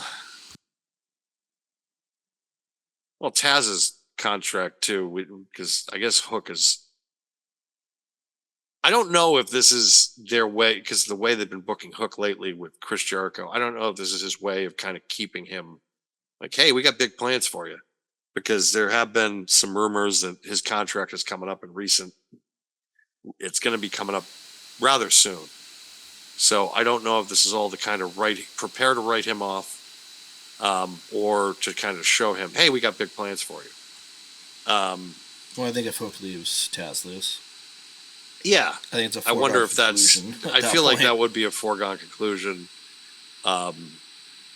Then you could probably get Taz to do NXT if you wanted to, because I think that would be their logical choice of just, we're going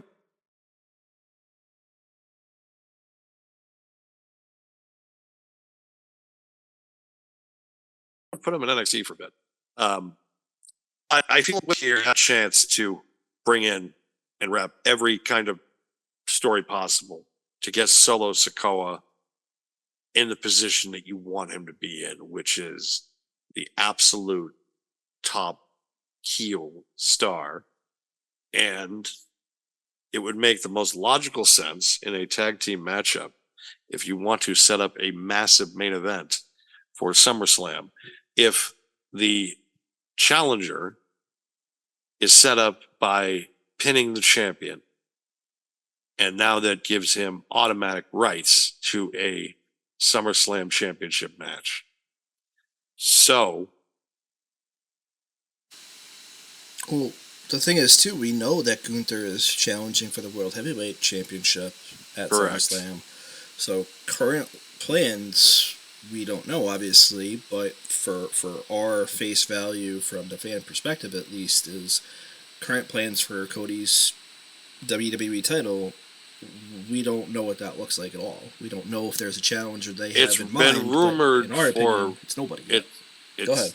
I think it's going to be Solo. I think Solo it has to be. I think Solo's going to pin him, and then I think Solo challenges at SummerSlam, and that's when Roman makes his return, and then that sets up for Survivor Series. Yeah, truthfully, it doesn't even need to be Roman. It could still be Jimmy.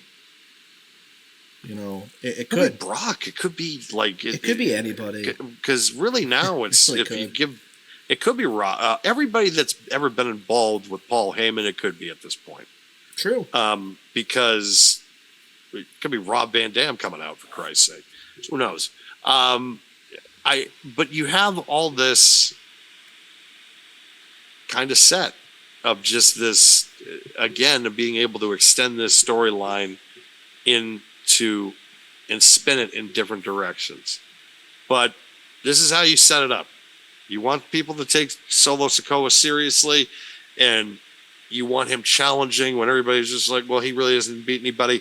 You have him pin the champion in a tag team match. It's as old as goddamn wrestling. Yep. Shawn Michaels did it. He was pinned by Vader at the pay-per-view before SummerSlam in 1996. Maybe it should have gone the other way at SummerSlam, but whatever. I mean, he still lost.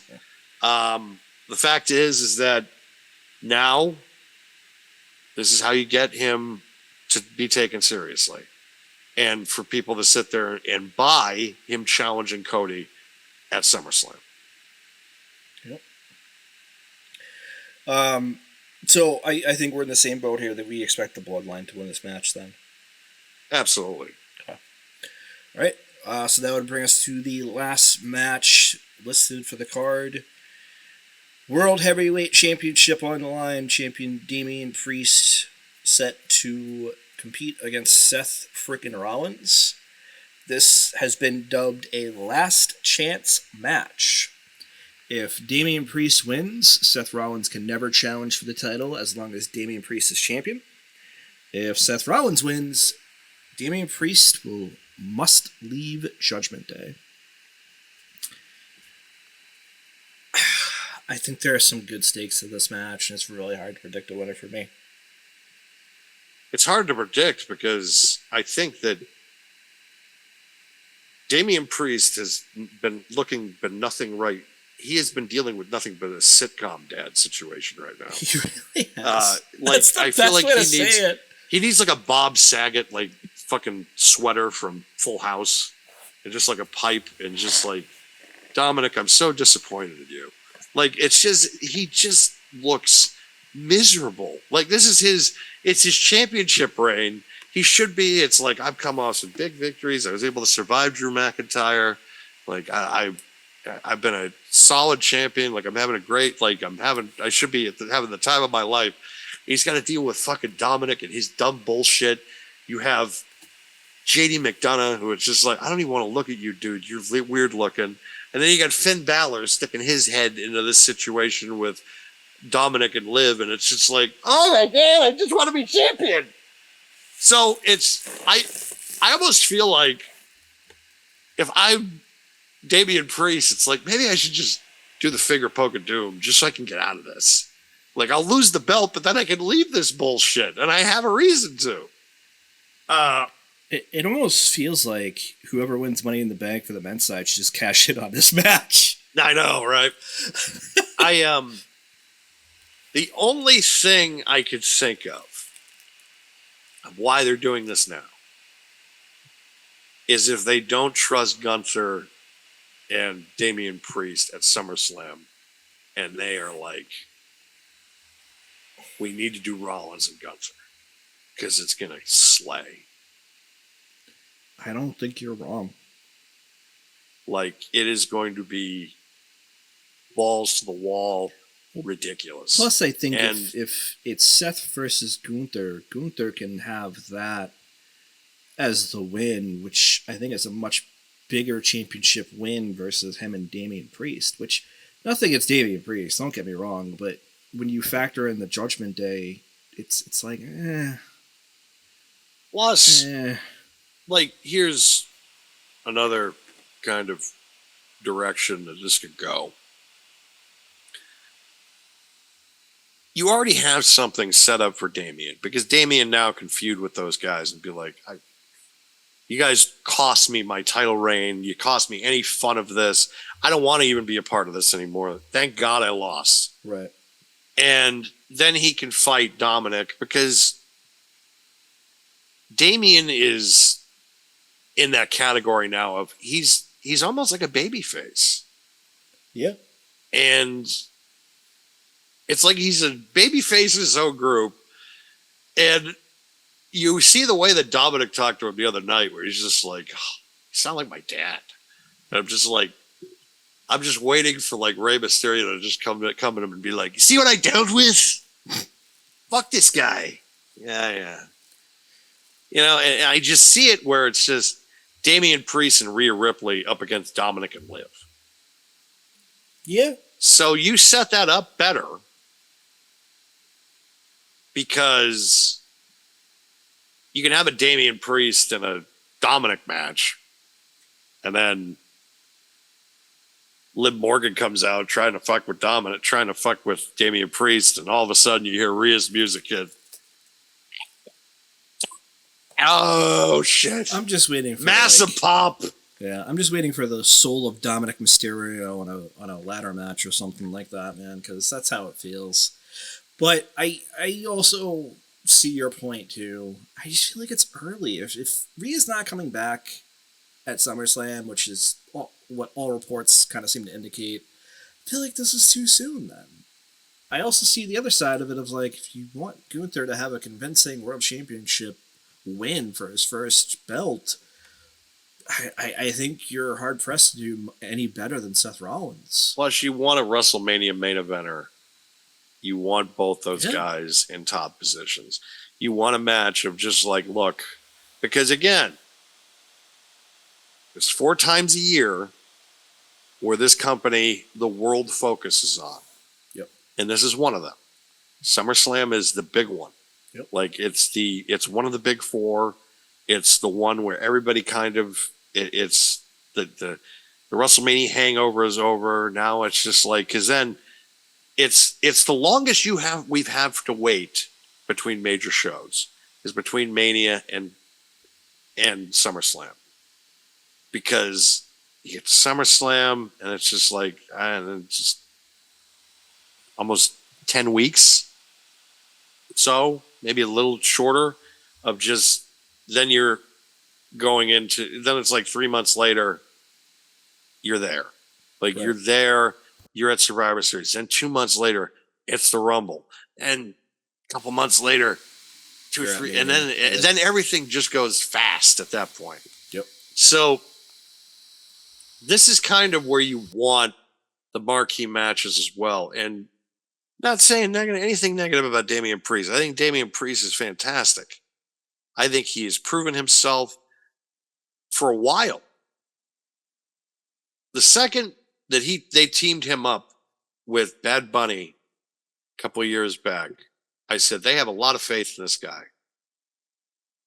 And he's probably going to be in the upper echelon. And I remember him as Punishment Martinez, and I just said, there's something there. Like, there's just something there. Like, it's just, he's big. He's got a great look. They can do something with him, and it's worked. You know, when they put him with Edge at first, they had that turn. It worked. He's assumed he's in this top position now. They made him win the Money in the Bank, and it was a memorable cash in. He's had some great wins, some great victories, some respectful stuff that's been going on that people are just like, hey, you're there. It's not going to hurt him in the least if he loses to Seth Rollins. Because he knows. It's like, look, I'm not there yet. I might be there, but I'm also going to be probably involved in something that people are also going to be like, probably one of the memorable things, because it's like the storyline you got going on with Liv and Dominic right now. It's like, if you're involved in that, that's still pretty damn good. So, but the thing is, as champion in that storyline, he's not the focus. No, that's not helping him. And you can make the argument, okay, fine, it's not hurting him either, but it's definitely not helping. The biggest issue that I take away from this whole, I almost said bloodline, this whole Judgment Day thing, is just that it's gotten to a point where they went from, like, serious heels to, like, comedic heels. And that, that should not have been the natural progression. Maybe that's because Rhea gets hurt. Maybe that's also because Damian Priest is champion. I don't know. I don't think so. But that's not cool. That's not cool. Sorry, Carlito. It's just he's so good in that role, man. He really is. They did nothing with him for so long, and people were complaining. I was complaining. I'm just like, they're gonna do something, and it's like they've totally redeemed him. Because now everybody is just like, this is fantastic. Because everybody who remembers Carlito from his original run loved him as a heel. Yeah. And they finally were just like, you know what? He sucks as a face. Let's put him back to heel. And it owns. It's fantastic. It's like, they didn't put him in the LWO. They didn't put him in another. It's just like, we'll put him in Judgment Day. We're going to do the same thing we did with R-Truth. Like, that's cool. He'll be like an associate. And it's just like. An associate. That's cool. And it's just Damian Priest just be like, Carlito!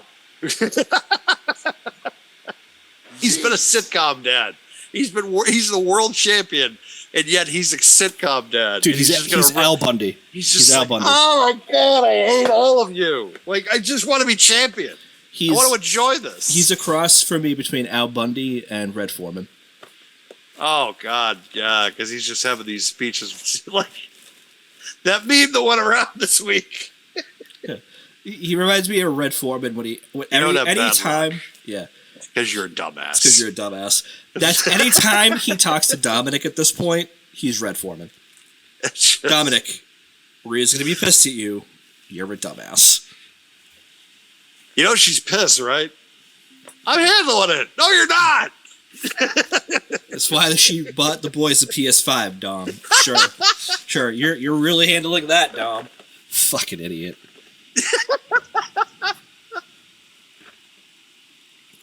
And I think it's comical that neither one of them, because I'm not booked for this PLE, and they're going to work their way to their main event somehow.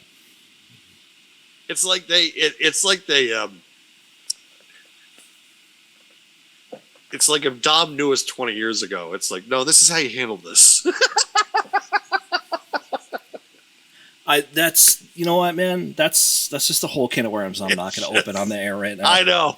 Because there's a lot of people Dom reminds me of when you say that, and I'm just going to keep my mouth shut. I know. Anyways. It's like, this is how you handle this. Yeah. But it's just, he's just sitting. It's not my fault, any of it. It's just like, shut up, AJ. Like, it's just. Oh my God, he's so, AJ. I loved having to explain that to Boomerang this week. Because he's just like, I'm lost here. I'm like, how can you be lost? It's like, it's only the greatest show ever. Like, it's just, like, and then I just like, it's Skylar White if he was your son. Like, that, dude, I literally just shook my head with that comparison. Because Kelly, my girlfriend, only watches like so many shows. Breaking Bad is one of them. And she just started rewatching it again for like the billionth time. So, of course, I'm just thinking of Skylar Light from season 1, just like, oh my God, shut up, please. Just stop talking. Skylar White, yo! My husband's Walter White, yo! Oh my God.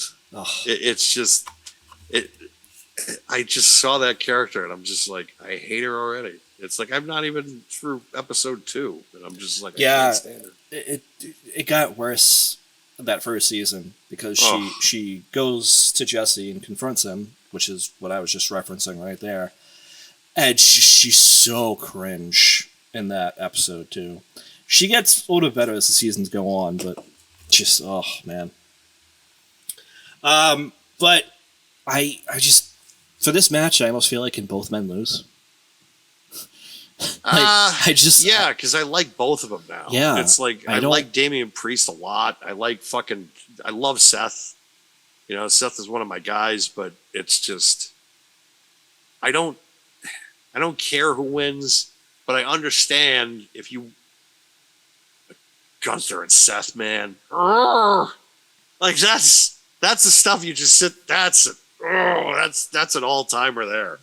Like that's a match you just sit there and you wake up at night. You're just like, this is going to be fucking amazing. And that's I think, but because you got your top 3 matches right now on the men's side, you're looking at Drew McIntyre and CM Punk, Cody Rhodes and Solo Sikoa for the WWE Championship, and then you have Gunther versus Seth or Damian Priest. Damian Priest, I don't think is, and I hate to because it's like, I think he's great. I think he's excellent, but I don't know if they're going to do the big body versus big body matchup. I think they know with Seth, it's like, this is going to be killer if Seth wins this because it's just the matchup is going to be really, really good. Because what's Seth's direction for SummerSlam then? Like, where's he gonna go? Yeah, that's the thing. So, because you're not gonna book him. You're only bringing him in for this one match, and then, yeah, I just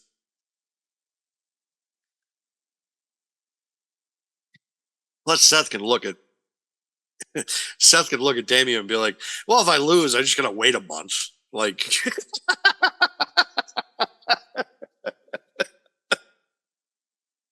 oh, way to have confidence. No, I'm just saying. I mean, you're not wrong, though. I mean, and, you know, it does free Damian Priest up to have whatever feud he's going to have with the rest of Judgment Day, because it is going to come at some point.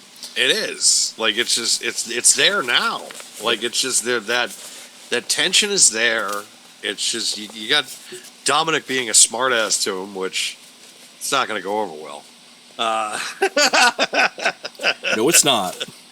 Like, it's just, he's in such a no-win position right now. It's like, dude, Damian's pissed at you, and Rhea's pissed at you. Jesus. Dude, just go running. Just run somewhere. Just stay there. I can't wait till he has to go to his dad for help, and his dad's just going to be like,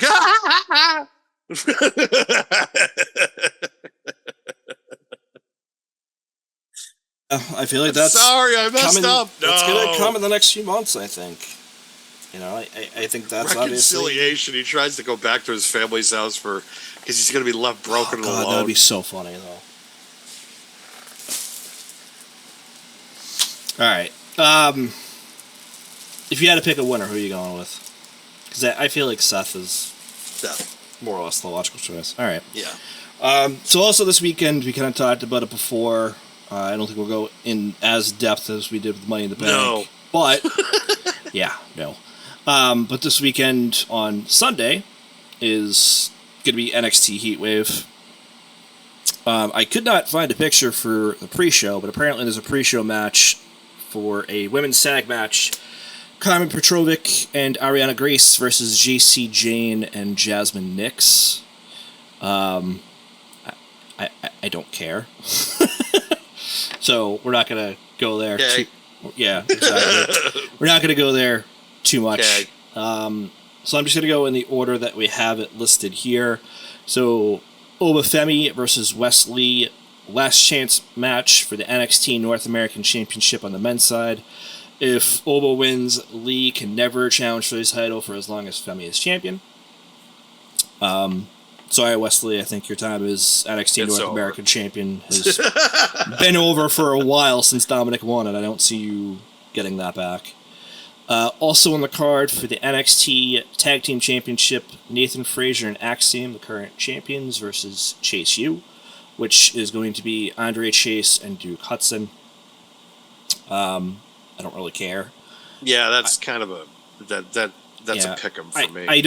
I don't think Frazier and Axiom are going to drop those belts anytime soon. That's a pick'em for me. I could care less. Yeah, I mean, same. I just don't think they're going to drop those belts anytime soon. I don't think so either. They're too fun to watch. Exactly. So on the women's North American Championship, Kalani Jordan is taking on Sol Ruka. I don't know. I feel like it's going to be a good match, though. It's a pick'em. Yeah, it's the same. I like Sol Ruka a little bit better. I think her finisher is very interesting, the Soul Snatcher. Ultimately, I don't really care, though. The next match is Roxanne Perez versus Lola Vice for the NXT Women's Championship. I'm really not sure on this match.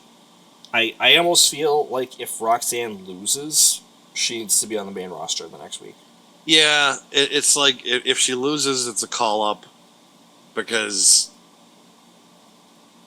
she's a two-time NXT Women's World Champion. Not many of them can say that. Yeah, and it's just Lola Vice. I feel like it's ready.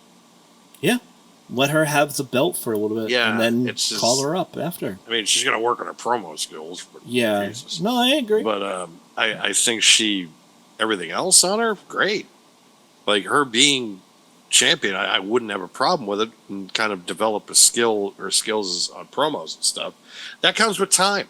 It does. But I feel like that she's ready. I feel like she's ready to kind of get the admiration and them to say, hey, look, we got big plans for you. But the other stuff will come. Like, it's like the same thing with like Jade Cargill. I say it's like, all right, look, like everything else is there, but the wrestling ability will come. And it's kind of the same way I look at Lola Vice. It's like, except it's the promo ability. And it's the exact opposite. Character development. Yeah, it's the exact opposite. But I feel like that over time that's going to be worked on. But her winning, I'm going to go with her. I'm going to go with Lola Vice on this. Yeah, this is really tough. Because again, if Roxanne wins, I don't think it really hurts, but it definitely doesn't help Lola Vice. Right. And developing her character and mic skills against a champion, you could do worse. But I also feel that Roxanne is potentially ready for a call-up. Yeah, it's like she's reached, like, what else can she do? I mean, what else can she do? Because you can make her champion for, I get it. Like, she's got to work on it. It's like, but she's not going to get any better. Like, just, you got her in her prime. Fucking just put her on TV. Like, just call her up to the main roster because you're losing Natalia. Natalia is no longer in the company, I guess, from what I hear. Yep, that was just announced recently, too. Yeah. And, Becky, this is a question mark about her. So it's like, you got to kind of fill those roles up soon. Well, the one thing I'll say about Becky is no news, I feel like, is good news for WWE. Yeah, I feel like for WWE, that is good news. And my only other comment there for Becky is, like, if we don't hear anything by SummerSlam, she's at SummerSlam. I'm going to say it that way. SummerSlam is always the season of returns. And if there's no news on Becky, I feel like she's returning at SummerSlam. Either that or she'll be back at, like, either that or you'll see her at the Rumble. Like, I don't she's think one they'll of the wait that mystery long. entries. They might. I mean, you gotta... Maybe. I don't know. You might be right.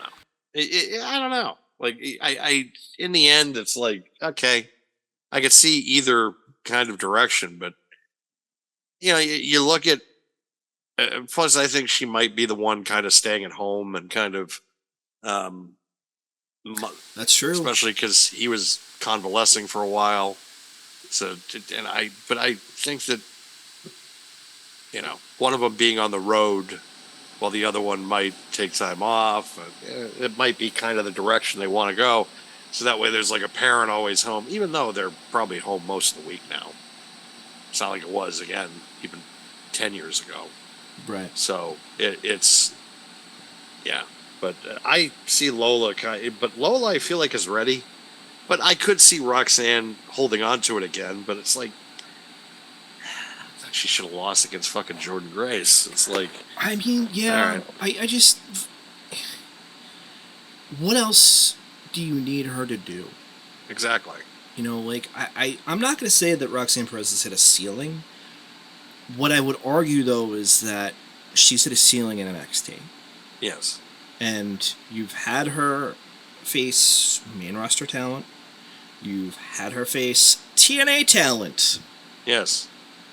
What else does she need to do to be on the main roster? Because there's certain talent, like with Braun Breaker, you call them up at the right time. 100%. Absolutely. Tiffany Stratton, you called her up at the right time. You've called people up at the right time. And there's people in the wrong time. People that stay there too long. I'm looking at you, Gargano and Champ. Like, they were there for so long. Just like, it's like, if you're on that brand, 2 to 3 years tops. Unless you're going back to kind of work with the younger talent, all that, you know, like what Samoa or to Joe refine. got released. Yeah. Yeah. It's just, if you go back to kind of, you know, to kind of click to get things done that way, then that's fine. But when you're initially, because you look at, perfect example, Shinsuke. He debuted at WrestleMania, the weekend of WrestleMania 36. Or was it? No, it was 32. It was 32, excuse me. 32, yeah. It was the weekend of 32. And then by WrestleMania 33, like, they were doing, I think he was back by Backlash. That was his debut in 2017. So right. 15 months around that area, maybe 13, 14, 15 months. It was real quick. And they had him win the Rumble the following year. It was, and that was within 2 years. So I mean, the thing is this, though. It's hard for me, and listen, first of all, I'm not disagreeing. I think it's harder for a little bit more established talent, though, like him. Like, because he'd obviously wrestled in Japan for a long time as well. Oh, yeah. For LA Knight, who had been in multiple other promotions, mostly TNA Impact, and other guys that have been in other promotions as well, not to name drop other promotions at this point, or guys.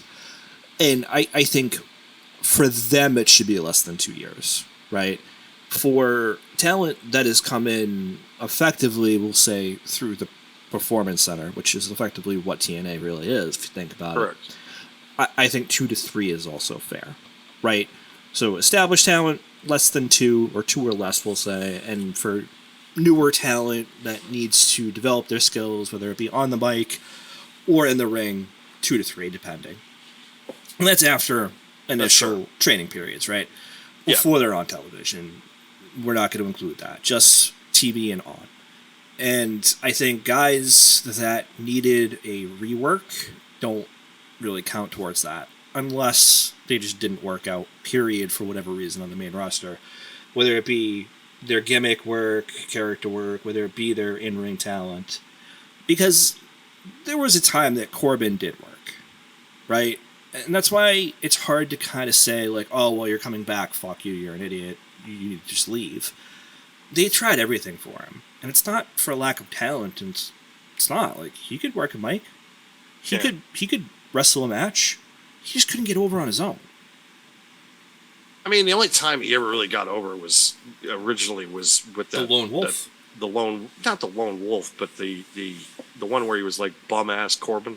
Oh, he made it on the main roster, that, yeah. Yeah, like with that, it was like, that was kind of like the light bulb moment. Okay, all right, he's got something there because he can do certain like he can convey something, like he can convey like you're laughing at him or something, and I was like, okay, there is something there now.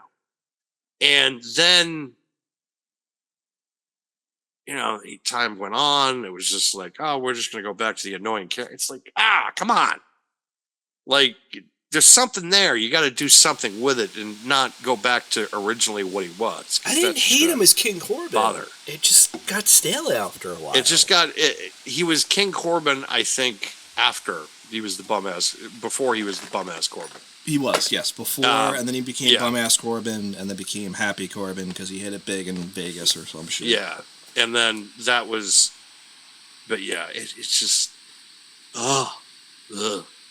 just those whole things. But it's just some of the, because I'm having fucking flashbacks now of just how bad creative was at certain points. Oh, I know. I'm just like, it was just, this is the best we got for a top heel. Dude, even bum-ass Corbin was bad for a while, but like, it got funny. It got funny. So bad. I thought the best part of Happy Corbin, which I don't even think it was Happy Corbin at that point, but was when Pat McAfee had the choir singing bum-ass Corbin. Yeah, that was fun. That was fun. There were some things that they did that was hysterical. Bum-ass Corbin. But the majority of the time with Corbin, it was like, what the fuck you doing? There's something there, but it's just, he's got to, and I'm glad that he's finally figured it out. Like, because he's not one of those guys now I could sit there and be like, he's useless. It's like, we can do something with you. It was never that he was useless. It was they needed to find the right niche for him. Because like I said, man, I don't think he needed time. He was able to work a microphone. He was able to work a match. It's just the tools that they gave him to say, okay, go out on your own and now do this. I don't know if it was a lack of confidence. I don't know if it's the tools they gave him to do it weren't the right tools to use, a.k.a. his character. And he wasn't able to figure the characters out. I don't know, but I never felt it was him. Because even when he was a modern wrestling god with JBL, I was like, dude, this isn't the right character for the guy. And you look at Rollins. Rollins, it took like 7 years before he finally could get the complete package together. And ever since, it's worked, and it's worked fucking beautifully. Yep. Where now it's just like he's going to, at the end of the day, people are just going to be like, God, he was so fucking good. But it took him 7 years. It takes time. Yeah. It takes time sometimes, and it's just with Corbin, it's like, okay, you bought yourself a couple more years. It's like, but I feel like with certain people at the helm, see, I'm complimenting Triple H after I buried him earlier. With certain people at the helm, they know how to use him, and he knew how to use them in NXT. So it's like I'm in complete 100% trust in Triple H of just like, okay, I feel like with Corbin he can get it done and be able to make me care about him, which he's already has. So that we're doing a lot better than we were 5 years ago. We're doing a lot better than we were 4 years ago, 3 years ago, 2 years ago, 1 year ago. And sometimes it just takes time. I think with Corbin, though, it's like they figured it out. They know what to do. I feel like he's got the confidence again that he did before. And now he knows kind of how to convey that emotion and be a better kind of performer. So he's got the confidence again. But again, with NXT, I feel like with some talent, it's like you can't keep those people there too long. And I feel like that, and I'm not saying that they're doing that right now with Mendez, but I feel like it's close. Oh, Perez, sorry. I feel like with Roxanne Perez, I feel like it's close. It's close. It's like you got to do something with her. Like you got to. And you also have to create other talent to kind of carry the division, because that's what it is. It's developmental. It's like Roxanne. I feel like is there, but I don't think she. You mentioned it before, and I want to address it real quick in the context of Roxanne Perez. You mentioned Natty, and you mentioned Becky. Yes. I think Natty is a huge blow.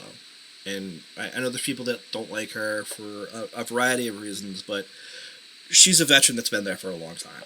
Yes. And she could definitely be a locker room leader. And that's been discussed by stars on multiple different occasions. Becky, to a lesser extent, is very much in the same boat. She's also turning, I feel, into a Natty in the sense of being someone that you could look towards being on a Legends contract in a few years. Yes. I don't think that Roxanne Perez needs to fill a role. I just don't. And that's Probably not a not. knock against her. I just think that your women's roster is the deepest it's been in years. It has. There are other people that you can put into that spot. Get Naomi's Piper been there a Niven. long time. Well, look at Piper Niven. You put her in a spot in Scotland. She owned it. She did very well with it. You're right, Piper Niven especially, but I think if you're going to put Chelsea Green in the main event scene too, that Piper can be her heater and also be able to get propelled just along with her. Absolutely. So I think that, but at the same time, you're right. I mean, there are other talent that they can put and kind of fill the role of the locker room kind of leader. I mean, Natty could come back in 3 months for all we know. She might come back to work. She might sign with them. She might go to AEW. I feel like with AEW, it's like they're finally catching fire with the women's division. So I don't know if you want to go there. Look, they got. I wouldn't. Yeah. I think with what, and I have to compliment them because it's like they made you care, because with the Toni Storm stuff, with Mariah May probably winning the tournament, and then I expect her to challenge Toni Storm at All In, which that's a great story. They've done great stuff with that. And then of course we're talking about AEW for a quick second. No, I'm talking about the other side with the women's division in AEW when I laughed, is what I'm trying to say. Well, no, because you have Mercedes and Britt, which that's money.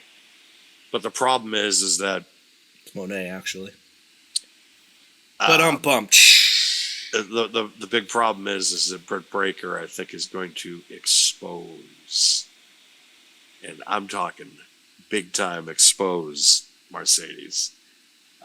Because it's that meme. It's like that meme that we always talk about. It's like, she does exactly what I do, but better. And I think that's the direction that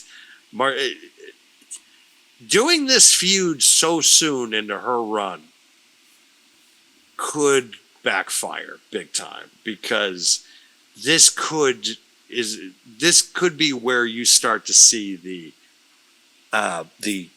backstage drama and antics that she used to pull in WWE finally start to leak out, where you kind of had some harmony in that locker room. And and it's not just Mercedes, it's also Britt, because you saw what happened with the Thunder Rosa situation. Both these But do you really blame Britt for that, though? Because I do and I don't. Yeah, I can see this. It's just I don't, like, because if she's legit injured, she should drop it. Yeah, it's like, from that perspective, I get it. But at the same time, it's like, I know how you feel. I get it. But you don't have to go on the All Access show and fucking bury her every chance you get. It's like, don't do that. But I understand, too, where it's like, she also had the mini stroke last year. So there's that story. That's why she's been out for a year, pretty much. Right. Which, horrifying to think, just because she's somebody that's been in shape, and all of a sudden it just happened one day where she's it's a fucking dentist. She's a doctor. For yeah, Christ's sake. it's just scary. It's scary, and it's just, what the fuck. But she's a phenomenal talent. I've been on Britt Baker's side now for the last couple of years. When Mercedes showed up, I was just like, wait till Britt shows up, and we're at that point. So I'm in the AEW weeds now, so I guess we could finish up. Yeah, I want Lola Vice to win. So the only thing I'll backtrack to with Britt Baker is, I think you're right. I think Mercedes is gonna get exposed pretty hard. It's already starting. Yeah, no, I saw, and I purposely did keep it off the slide. The deer on her headlights, the deer in headlights look of just like, oh, they're telling me to shut up. Yeah. Not because I'm a heel. I think she realized the heat that she had, and that's not the heat that you want. That's go away heat. That's go away heat. It's not heel heat. Yeah. That's not heel heat. It is go away heat, and people need to realize that. You're 100% right though with the fact that Britt's going to expose her, because you have somebody come out at a pay-per-view and then come out the next week to interrupt you, and it's like, dude, the fact that this Britt Baker, I almost said girl, woman, whatever you want to call her, Dr. Britt Baker comes back after almost a year, if not more than a year, of being out, and you're going to have her against Mercedes Moné, who has already been exposed in New Japan. Yeah, I don't know if I do this early. All this money. Yeah, I don't think they should do it this early. But that is a topic for another week, I feel like. So the last match we haven't discussed yet, probably the main event, is a fatal 4-way for the NXT Championship. So champion Trick Williams against Javon Evans, All Ego Ethan Page, and Shawn Spears.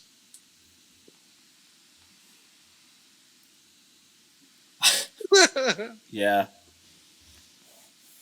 I for a quick second there, I'm just like, is this a Dynamite match? Like, yeah, no, I was just like, wait a minute, is this WWE versus AEW or something? It's like Shawn Spears and All Ego Ethan Page. Yeah. What the fuck? Yeah, exactly. Where have I been? Did I have a stroke? Sorry, Britt. Yeah. I'm just thinking because I'm like, whoa. But this is where we're at, folks, in 2024. This is what happens when you sign like all these big name WWE guys, all the guys that were on your pay-per-view. It's funny because one of the new episodes of Pro Wrestling World Talks on Spotify and on Apple will be covering this week the full gear of 2019.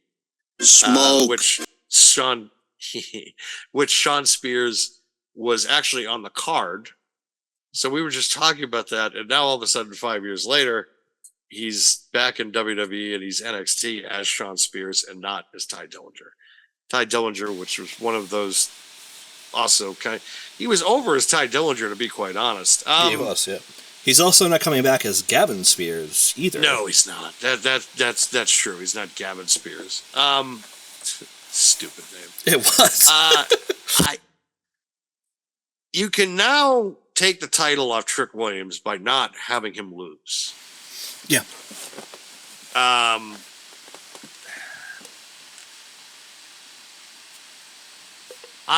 In my honest opinion, I don't know.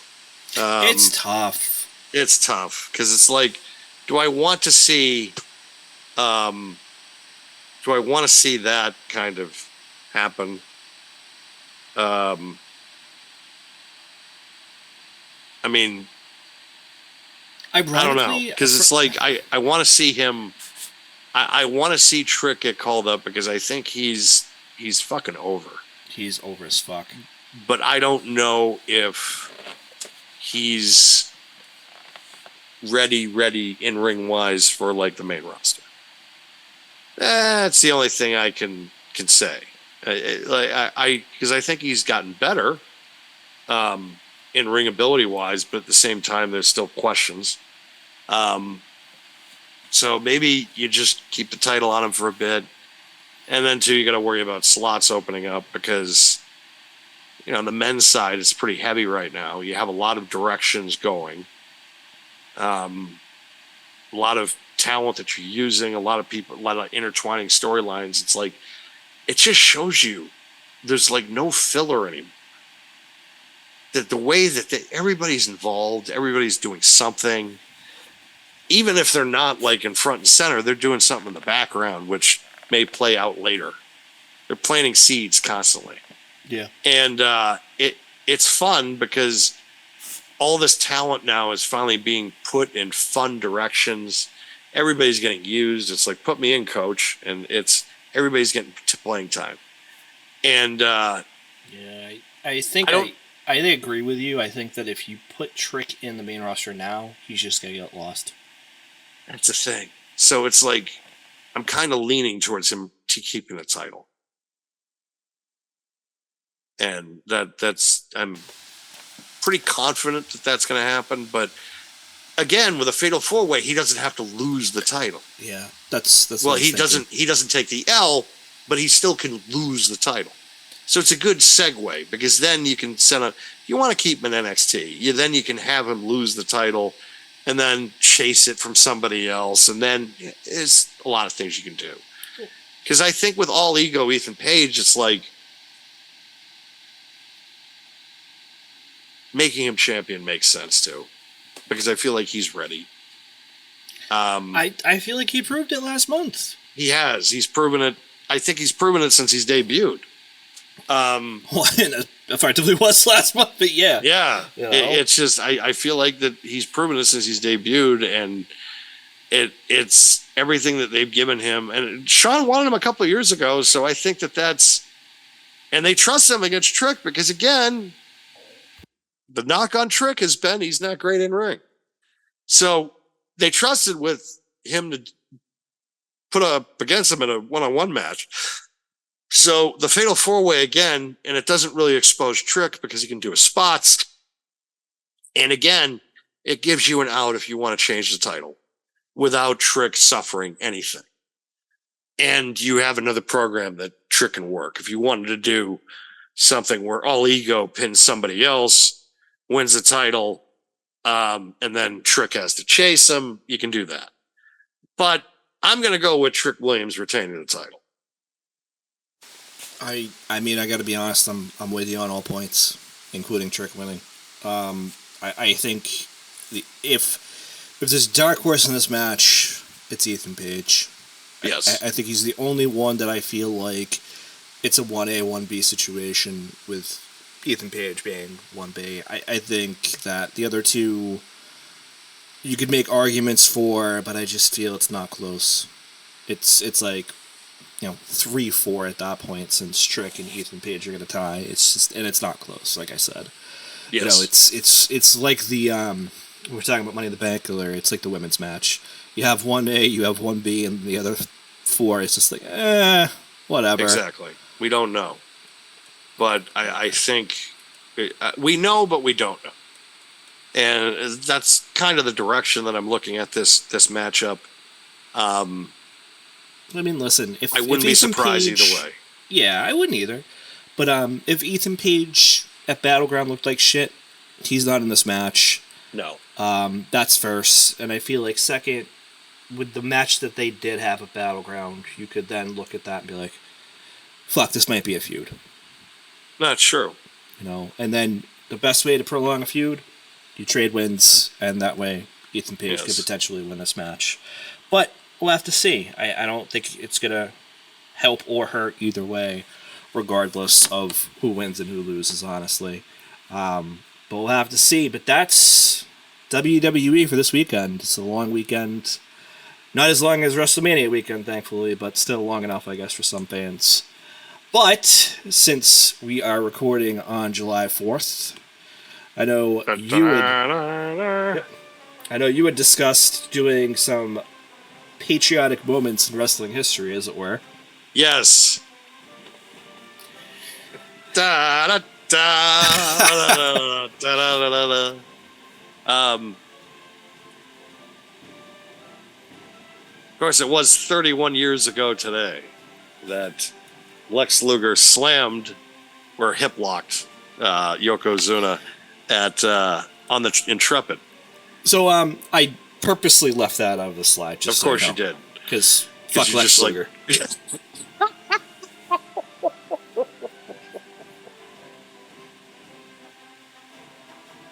It's like I want to sit here and be nice at the end of the day, and get over it, and because it's like every other time. And because I said recently on Pro Wrestling World Talks that we were talking about my hatred of Lex Luger, and I gave the explanation of why during the Lex Express when he signed the autograph and then slid it across the table and didn't even look up and look at me in the eye. He just didn't even care. And I was supposed to care going into SummerSlam 93 that he was supposed to beat Yokozuna. And of course, they tried to propel him to be a Hulk Hogan, like carbon copy Hulk Hogan. Yep. And it's like, yeah, no, that's not happening. That doesn't work for me, brother. Especially too of the way that they fucked Bret Hart over. It's like, well, Bret should be getting this match. It shouldn't be fucking Luger. But Vince learned his lesson at WrestleMania the next year, and put the belt back on Bret. But we still had to deal with the goddamn Lex Express. And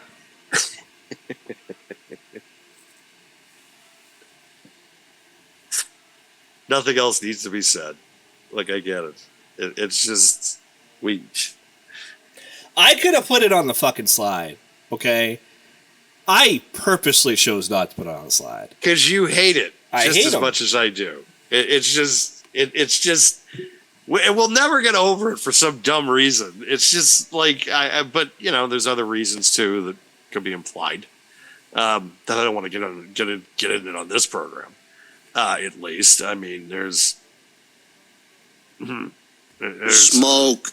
yeah, but he's also repented, born again, as they say, and tried to apologize to multiple people on his behavior and antics that he was doing. And I would like to believe, and I have accepted, I think, that every person can change in life. He found God. Good for him. And so I've kind of softened on the hatred. But still, there is that 10-year-old in me that is just like, I fucking hate this guy. And 1997, when he was going up against Hogan, didn't care.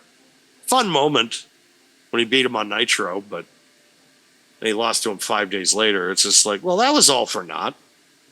And someone could argue, too, that Hogan shouldn't have been beaten before he fought Sting at Starrcade 97. I guess you could put that, I could be put in that category of people that, yeah, you didn't have to beat Hogan until Starrcade. Even though he never really lost that night anyways, technically. What are yours? But that is the one that kind of sticks out to mind just because of the fact that, yeah, it actually happened on July 4th. But there's a lot of things that have happened. The first War Games matchup happened in 1987 on July 4th. Yeah. Took place at the Orange Bowl in Miami. Or actually, no, it wasn't Miami. I think, yeah, it might have been Miami. I don't give a shit. But it was a big stadium show at least. And the first War Games animated, in which the Great American Bash logo was here. NXT version. But still, the logo is represented. But that was a major one. And then, of course, we can go with the events that happened around this time. Where July 7th of 1990 in Baltimore, the Great American Bash, when Ric Flair lost the NWA World Championship to Sting, in Sting's first world title win, and also making it a clean sweep for 1990 of the Ultimate Warrior winning the WWE Championship from Hogan at WrestleMania 6, and Sting winning the championship from Ric Flair, meaning the Blade Runners from the UWF and Memphis and other organizations, the tag team that everybody said was green as gourds, within 5 years, were at the top of both companies as their defining world champions. Yep. And both failed miserably at the box office, unfortunately. Warrior did it on his own. Sting had to deal with the Black Scorpion angle. So, but July 7th, a memorable day in wrestling history in 1990, especially when he came out with the famous red, white, and blue flag jacket that Matt Cardona ended up replicating a few years later. Yep. I believe at WrestleMania 32. I think so. He also yeah. had the red, white, and white face paint that year, too. He did. Sting. And it really was a Great American Bash, and it was a kind of a defining, memorable moment in WCW at that point, and a changing of the guard, as it was his first world title win, and people now started to take Sting a little seriously, even though he was chasing the title for a year and a half at that point, after, well, actually 2 years, technically, started the first Clash of the Champions in March of 1988, and didn't get the title until July of 90. Of course, there was some storylines along the way. They were partners at one point with Flair and Sting. And then, of course, Sting joined the Horsemen at the end of 89. He's kicked out of the group in early 90 at the Clash of the Champions. He was supposed to get the title sooner, but he suffered a leg injury. Then he had to wait 6 months and then finally came back and defeated Ric Flair at the Great American Bash in 1990. And those are some of the big ones I think that I can remember happening at least on July 4th week. There have been some tremendous patriotic events balanced around this time of year that necessarily haven't happened during the July period. My big one, I guess we could talk about it later in the segment, because of course I think everybody's going to know what I'm going to be talking about, considering it's pictured right there. So just all the way to the fucking left. say it then. Why not? The fact that Hulk Hogan, by defeating Sergeant Slaughter, ended the war in the Persian Gulf officially. That has not been discussed. And the fact that it does not get the credit that he absolutely deserves in the history books, everybody should look at Hulk Hogan and just say, that man is a hero, because he ended the first Persian Gulf War. That's why I got the picture I did. That's why I went with that picture specifically. Just like Rocky ended the Cold War 5 years earlier. Yeah. Hogan ended. Absolutely. Absolutely. Listen, man, we had talked about it on other shows before, and we did it when we talked about the WrestleMania ranking a couple months ago on the lead up to WrestleMania, where, this was one of the bigger ones. I love 7. You can make an argument for a lot of the first 7, first 10 even, but this one, because of the context or backdrop of the Gulf War, just it hits home a lot more for those reasons.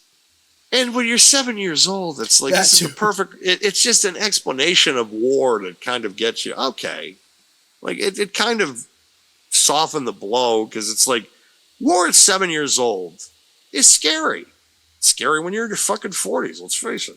Yeah. But at the same time, it's like when you're 7, it's just like you don't know shit. You don't know really about CNN. I mean, everything was being played out on CNN. 24 hours, I'm sure our parents were watching that consistently, because it's just like, holy shit. We're able to see the bombings in real time. That's why the Vietnam War also kind of desensitized an entire generation, because it was the first real time that Americans were seeing war play out in their living room, because it was the first one that actually was being covered by American journalists. And they were able to get an update every single night of what was going on. And we're kind of in the same direction now. But in 1991, everybody was watching CNN. Their ratings were massive back then. Yep. And it was such a ratings hit. Because everybody was watching it. And it was only lasted, God, that whole conflict just, I remember it started and then it felt like the next day it was over. Which my brother, a couple months, wasn't it? If I'm not mistaken. It ended by March. Yeah. It ended, I think, by March 1st, he declared peace in the Middle East, which, so it was done by the beginning of March, the end of February, but it actually started the night of the Royal Rumble. So yeah, it would a couple weeks to a couple months then at that point. Yeah. It was that they went to war the exact night of Royal Rumble 91, which the funny part of it, well, it's not really funny, but you can look at it and say, that would be a completely different coverage now if that happened, if you're watching an event oh God, yeah. And it would just be a completely different landscape. But back then it was just it's fine.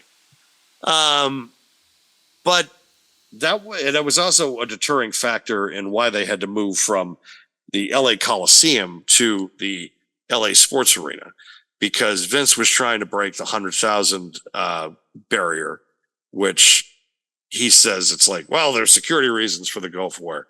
But it was also because of the fact that the tickets weren't going to hit 100,000. So it's like, yeah, we'll just move it on over to the LA Sports Arena. 100,000 people, I think, also would have wanted to murder Sergeant Slaughter as well. Well, that too, because I mean, yeah, he did get death threats and some. Oh yeah, it was a lost sponsorships because of this, but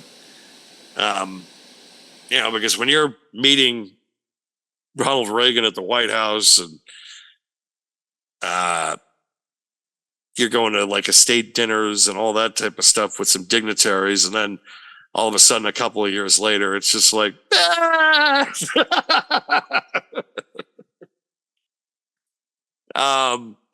it was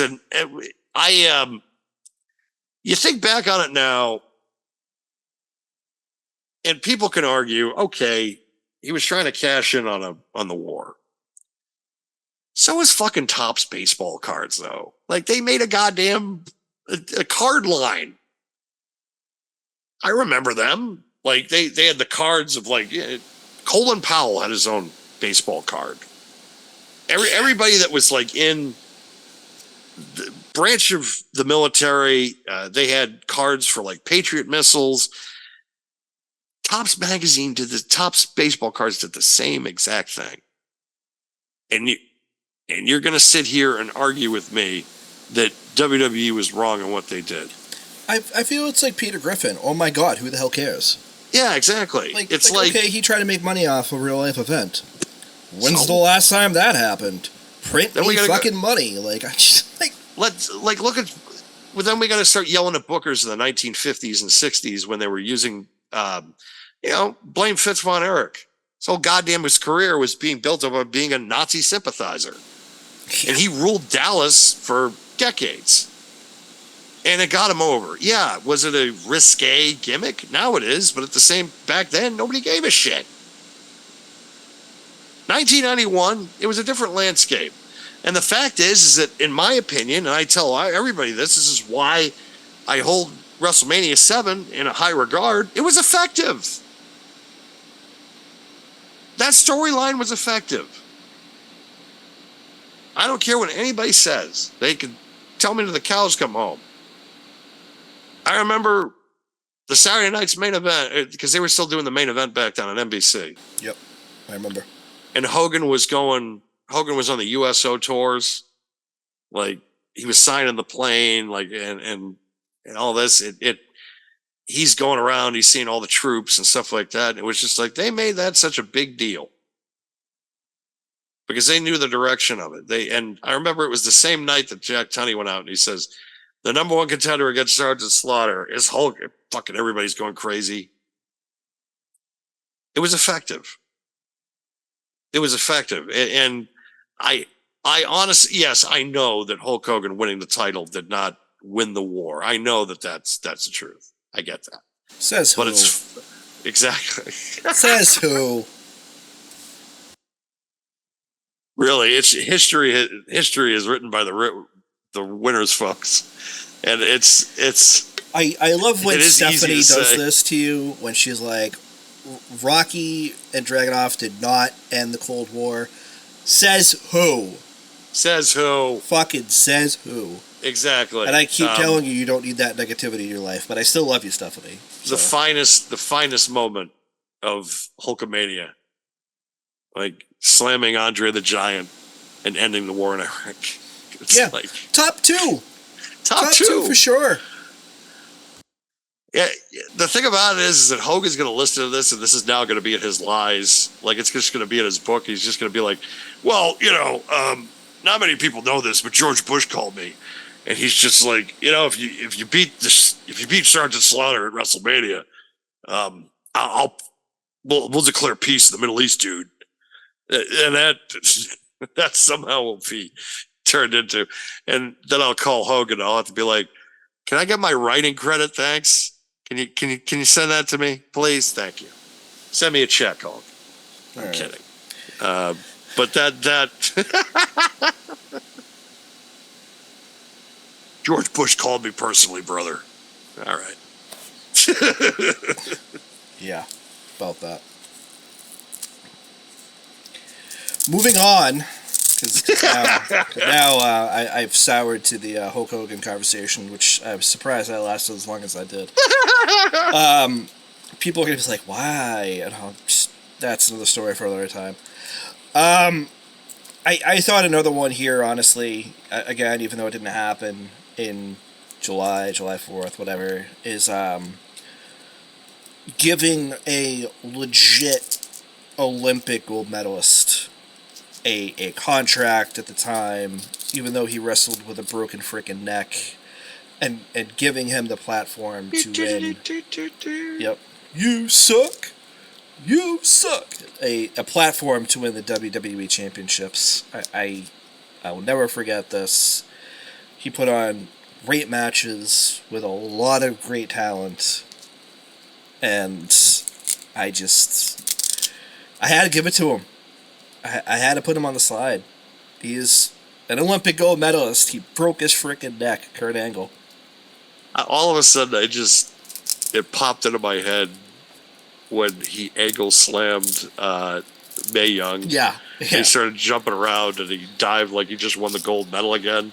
And that's the one go-to with Kurt Angle and his entire wrestling career for me. No, mine is that, but it's also what he was shooting with Rey Mysterio.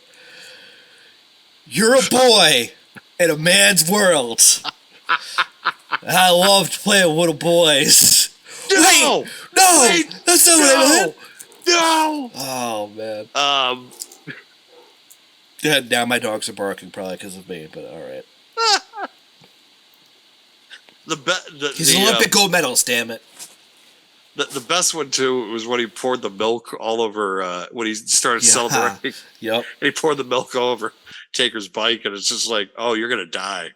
And he tried to give him a scooter. I love when Steve Austin gave him the little fucking cowboy hat too. Oh God, yippee-ki-yay! Yeah. Oh man. Like, I'm a hero. You're a jackass. Hero, jackass. Hero, jackass.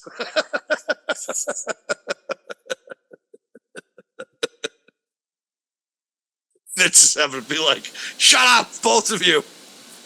Yeah.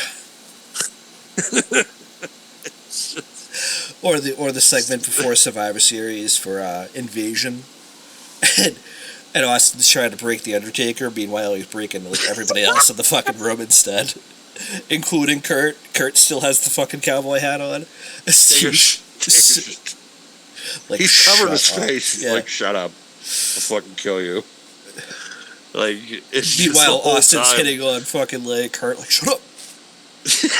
Take my fucking guitar. Shut up. Tag match. Alliance. Shut the fuck up. Oh, man. Breathing down our necks. They're breathing down You better not fucking touch me. Oh, shit. Yeah. But just, God. But yeah, it's, you always got to list Kurt when you talk about patriotic moments because it's just, well, yeah, I mean, there's not many guys in pro wrestling history that won an Olympic gold medalist with a broken freaking neck. That's what I'm saying. And then went on to become champion multiple times. That's what I'm saying. And not some just boring character either. Like, there's are you trying to make the dig that I was about to make about Stevenson? At least they tried. I mean, yeah, they gave it one shot and that was that, but yeah. Like, now he's playing in the NFL. It's like, what the hell's going on here? Goddamn Buffalo Bills. Yeah. Seriously. Well, we're going to try anything because we don't have any cap space. Why do we give Josh Allen $40 million? Oh, you're stupid. True. That's true. Wide right, motherfuckers. Wide rights. Yep. But the speaking of Great American Bash from earlier, I also had to include the revamped at the time United States Championship. This was the one that I was mentioning prior to the spinner belt, prior to the newer U.S. championship that Logan Paul carries, but this one I always liked. This was the one that also was carried by John Cena, which I made very, very intent and carefully removed his name from the nameplate because I didn't want him mentioned. But I always loved that U.S. title. I thought it was a great one. Then transitioning down to the tribute for the troops, which I think is probably the most patriotic thing that the WWE does. They do it every year. They have shows on bases, on, you mentioned Lex Luger earlier on the warship, and doing it that way to support the troops, I think is, like I said, one of the most patriotic things that the WWE does and still does. They've had a lot of great matches here. I remember, having Austin and Taker matches at these. I remember having a lot of different ones that just, it's impactful. And one of the things the WWE has done over the years, whether it be at WrestleMania or other PLEs, is they usually will at least have one shot of the military watching a PLE or pay-per-view, which I think is important. They have a very strong fan base. You see it a lot of sports, though. You see it done in the NBA Finals, the Super Bowl especially. You see it for a lot of sports that do it. But how many of them can say that they also have pay-per-views or a finals game even in front of a live crowd of just soldiers? I mean, the first couple, looking back on it, and there's a lot of negative things I could say about Vince McMahon, obviously. Obviously. But those first couple that they did, because they actually went to Baghdad and they went, I think, to Kabul at certain points for some of these. Yeah, I think you're right. The balls that you have to do that, and also take your performers over to do that and just say, look, we know it's wartime, but look, we're actually going. If you want to go, great. I'm not going to hold it against you if you don't. And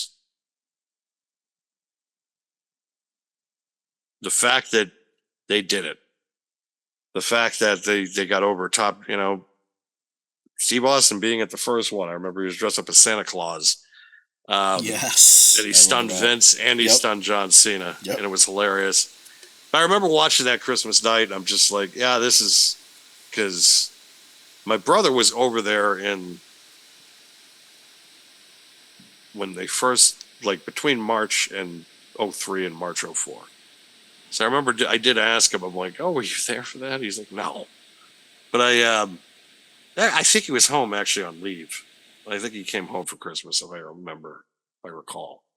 But I remember watching that event and just being like, this was something special. It was something that our parents grew up with too, because I remember the old USO tours with Bob Hope and fucking some of the other ones that were over for the Vietnam War. Yeah, they used to do a lot of the game shows back then too. Right. So it just, but this was completely kind of a new concept in the fact of, we're just going to do it and we're going to build an arena in the middle of war tour. It's okay, why not, right? But yeah, that was always a special event, and Vince used to call it the most important event that we put on every year. And it's you honestly believed him, because of just all the stuff that they did, because you'd see all the footage of them throughout the week. They're hanging out with the soldiers. They're having dinner with them. They're literally just making these guys' lives better while they're just having to deal with the absolute worst of circumstances. Yeah.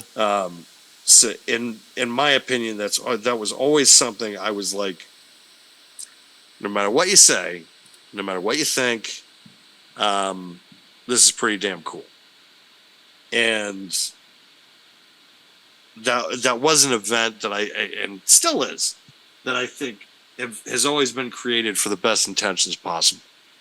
So nothing really speaks American more than that, of that event, period. So game on that one. Yeah, that's why I had to include it. Yeah, truthfully. Because, like I said, and you're effectively echoing the same sentiment, but it's like, it really is the most patriotic thing they could do, is to hold these events for the troops. You see it all the time where they're going overseas. We saw it with the last couple PLEs. You had Clash at the Castle. You had Backlash in France. And I'm sure that there are military personnel that are stationed in some of these countries. Maybe not so much in Scotland, but definitely in France. There's definitely a military presence in Germany when they go to do Bash in Berlin. I'm sure they will have some kind of representation, but just the fact that they go to some of these bases or ships, and especially, as you said, when the war on terrorism is going on, having these live events in front of live military personnel, audience, whatever you want to call them, is just very, very important. And like you said, it does speak volumes to the character of the company, which, as you said, we could disagree with Vince McMahon on a lot of different things, least of all his booking decisions, but this is one thing that he definitely got right over the years. And the fact that he would go over there himself, yeah. That's a risk, especially when you're in a position of power like he is, where it's like he can get capped off at any point. But he was just like he was leading the charge, like he was pretty much patting on the goddamn tanks. He was just like, "Look, we're going. I'm fucking going right with you. So none of you can bitch if we get blown up, because it's like I'm gonna be right. I'm gonna be dying with you." So it's like that was a lot of bad things, again, I could say, but that was one of those ones where I was just like, that was pretty effing cool.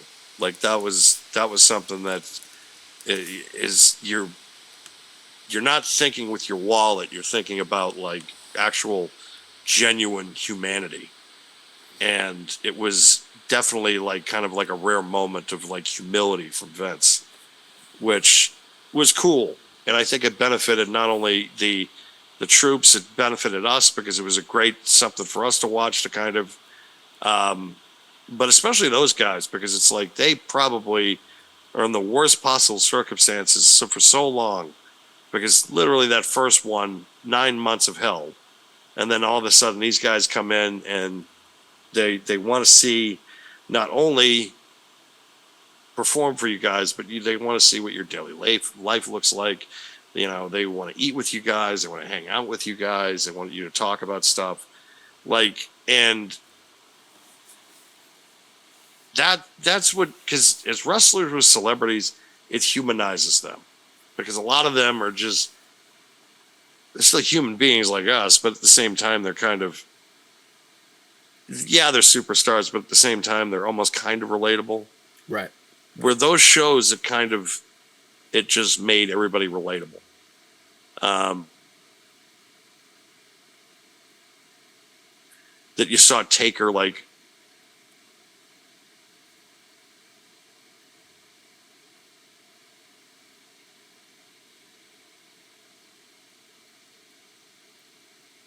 outside of character within there, it was like, who cares?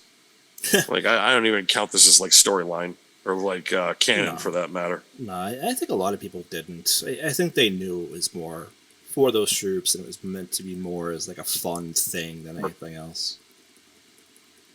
But the only other thing I added here, just more for fun, speaking of fun, than anything else, and given the timing of when it happened that year, was capital punishment. Oh, God. Because what speaks more to just freedom than the United States government punishing all these different sects, whether it be Guantanamo Bay or, Harold and Kumar going to Guantanamo Bay or, God knows what else. So this was a one-off pay-per-view. DC. Yep, because they were in DC, obviously. I believe it was 2011. Yep, Correct. 2011, Yep. June 19th, 2011. At the Verizon Center in DC. The promotional poster actually had Rey Mysterio, and John Cena, and Barack Obama. Yep. It was a character of Barack Obama. Yep, characters of all three of them, yeah. And it was in front of the Capitol building. So obviously this is more of The set was cool. the set was cool. It had the Capitol building and I believe the White House and stuff, so it was a cool set. Right. This I did more for fun, based on the fact of the set more than anything else, and the timing too was just very funny considering the fact that it was the month prior to the current main event that we're talking about, or did talk about, of Money in the Bank, but also the fact that it was right before July 4th that year as well, with Money in the Bank being after July 4th. I believe it was July 11th that year. No, Overall, the card is somewhat forgettable. In some it was cases. July 17th. It was it July? It was July 17th. Hold on. Yes, because I had it up a second ago. The that was that 2011 right, show. That was the. off. I remember that because Punk talked about that in the pipe bomb, because the pipe bomb was right after the show. Yeah, you're right. I forgot about that. So it was a weird show because it was the last. Because I remember R-Truth and John Cena was like the main event, and I remember the next nothing mattered after that show, because everything literally changed after the pipe bomb. Everything changed, like everything just kind of just caught fire for a few minutes. Yeah, and the Punk thing especially, because it just was like, again, it was the summer of Punk, but everybody was just talking about it and thinking about it, and just this show was kind of like you kind of feel bad for this show, because it's like it happened but nobody gave a shit because there was so much better stuff that happened right after this. It's funny too, I didn't realize this. Obviously it was during my downturn of watching, but there was no women's match, which doesn't surprise me. However, there were 2 Money in the Bank matches still, because they had one for Raw and for SmackDown. Correct. So, and I think Daniel Bryan won one of them. He won the SmackDown one, and then Alberto Del Rio won the Raw one. Oh, fuck. Oh, I remember. That guy. Yeah. Ugh. It's like, what happened with the Royal Rumble and the Money in the Bank in the same year? Oh, great. Yeah. Fuck you. Yep. This is the fucking guy who's supposed to replace Rey Mysterio. Jesus. Yeah. But it's funny because looking at that versus looking at Capital Punishment is somewhat funny. I'll just go through the card very, very, very quickly. So Dolph Ziggler was there with Vicky Guerrero, who defeated Kofi Kingston for the United States Champion by submission. Alex Riley defeats Miz. Alberto Del Rio defeats The Big Show. Ezekiel Jackson defeats Bad News Wade Barrett by submission for the Intercontinental title. CM Punk defeats Rey Mysterio. New Nexus was banned from ringside. Randy Orton, champion, defeated Christian for the World Heavyweight Championship. Evan Bourne defeats Jack Swagger. Put your thumbs down. Thank you. And John Cena defeats his protege, I guess, current day of R-Truth for the WWE Championship. And you wonder why it took them so long to become more relevant now than they ever have been, because boy, those were some lean years. It's like, oh. Yeah, that was 2011. This is I'm not going to cite this as the only reason. However, the booking decisions, etc., are one of the primary reasons as to why I stopped watching around this time period. Listening to this, it's like, I understand why people left. Yeah. I actually didn't know this was a thing. I looked up, what was it? WWE or wrestling, I think it was actually. Wrestling Patriotic Moments. And I got some decent lists. Yeah. And for some reason this was on it. And I was just like, why? It's so weird. It is. I guess because of the name and the backdrop of, having the stage be the Capitol building and Barack Obama being caricatured on the promotional postering.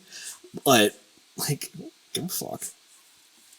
I mean, we could also talk about the 9/11 SmackDown episode, which again shows you insanity. That was on there. I didn't include that because it just would have been a mess of 9/11 content. But yeah, that was on there too.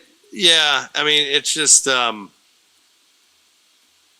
I don't remember seeing the episode because it was so TV networks back then. It was just like at that time. It was just like we're doing 24/7 coverage. I don't think anybody would have thought to watch Raw in that moment. Right. No. I just don't. And because I believe it was a Monday, if I'm not mistaken. No, it was a Tuesday. Was it? And then they did SmackDown 2 days later. Okay.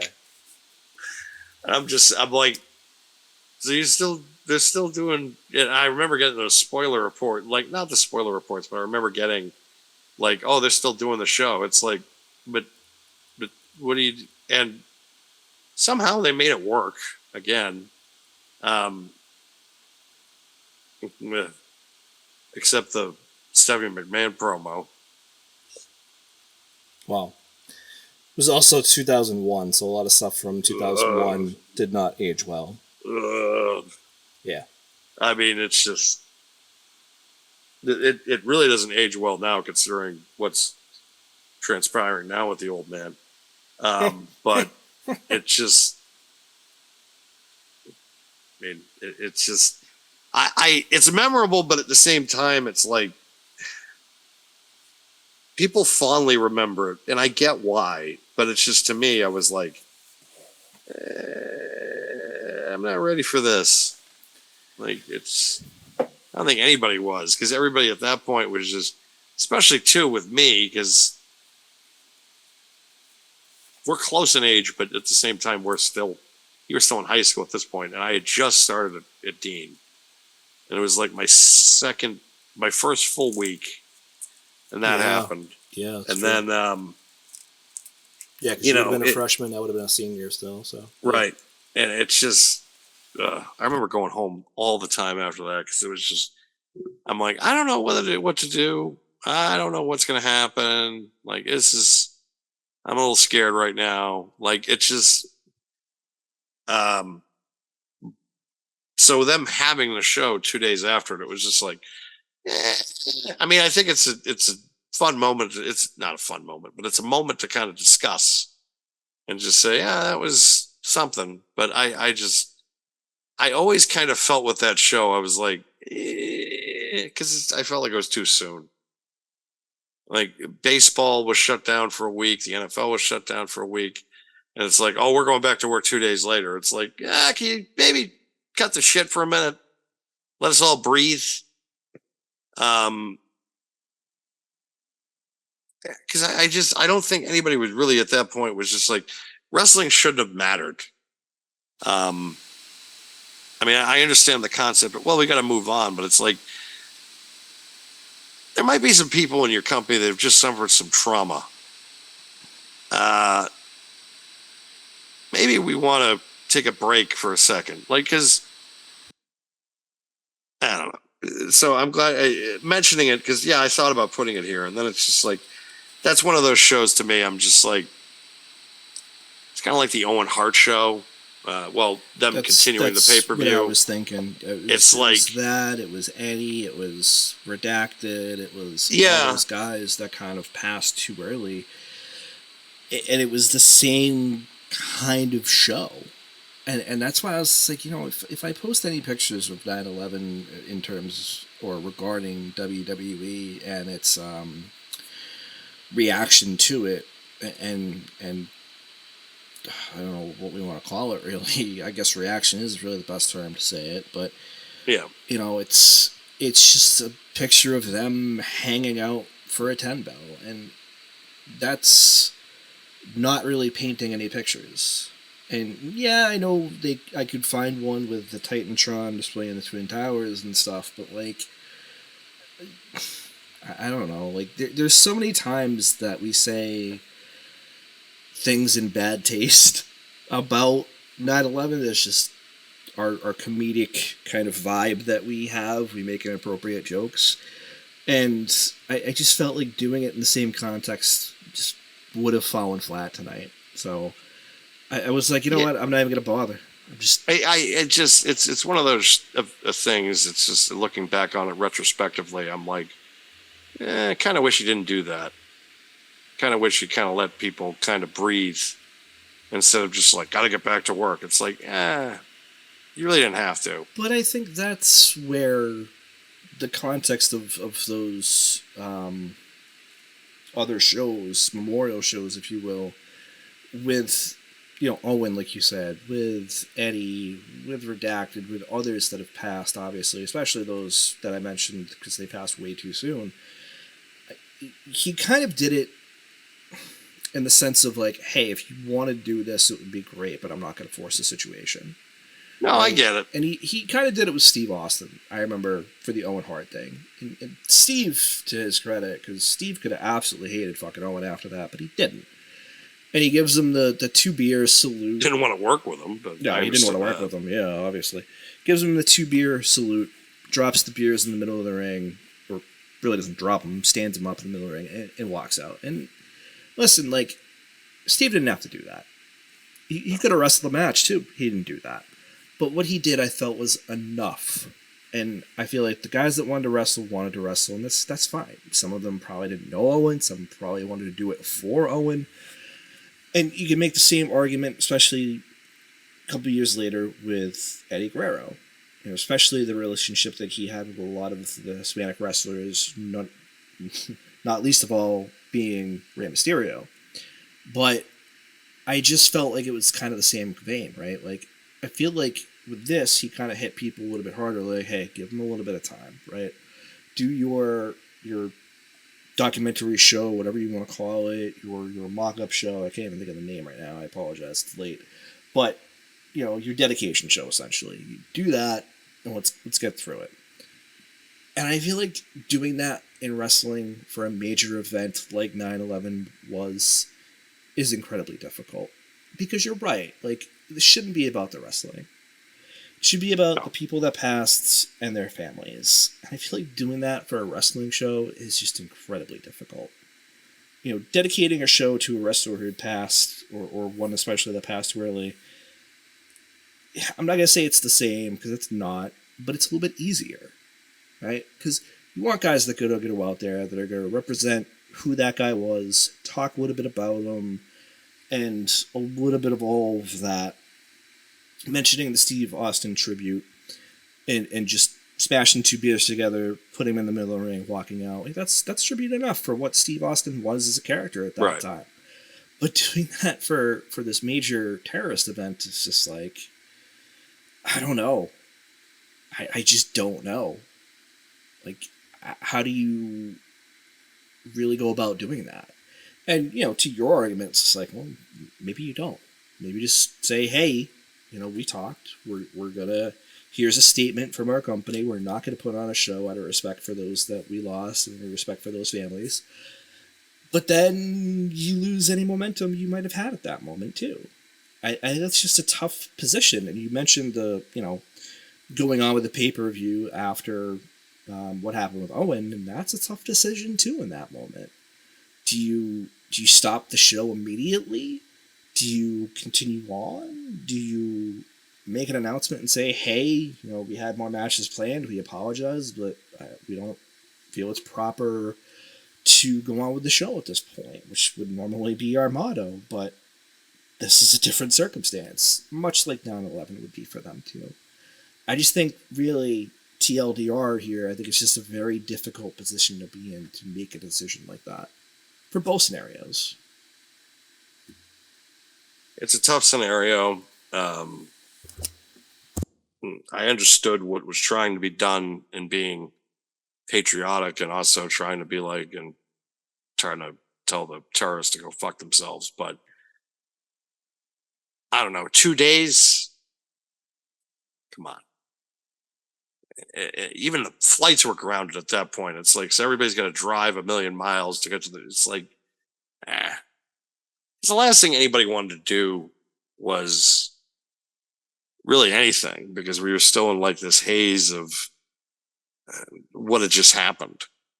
And the last thing I think we were all focused on is Kurt Angle going to get the title back. Like it's, it hopefully we never have to see something like that again. But at the same time, it's like, I think things would be handled differently, I guess, with certain things now, more delicate, if I can, so to speak, I guess. No, I agree. It's tough. I obviously hope for the same. I hope something like that never happens again, to be, put in that position again, whether it be with them, whether it be, families, victims, onlookers, whatever the case may be. It's just tough. I get it from a business perspective of like, hey, we need to do something, but it's just a tough situation all around. Like I don't envy the company. I don't envy Vince for that, because that's just tough decision making all around.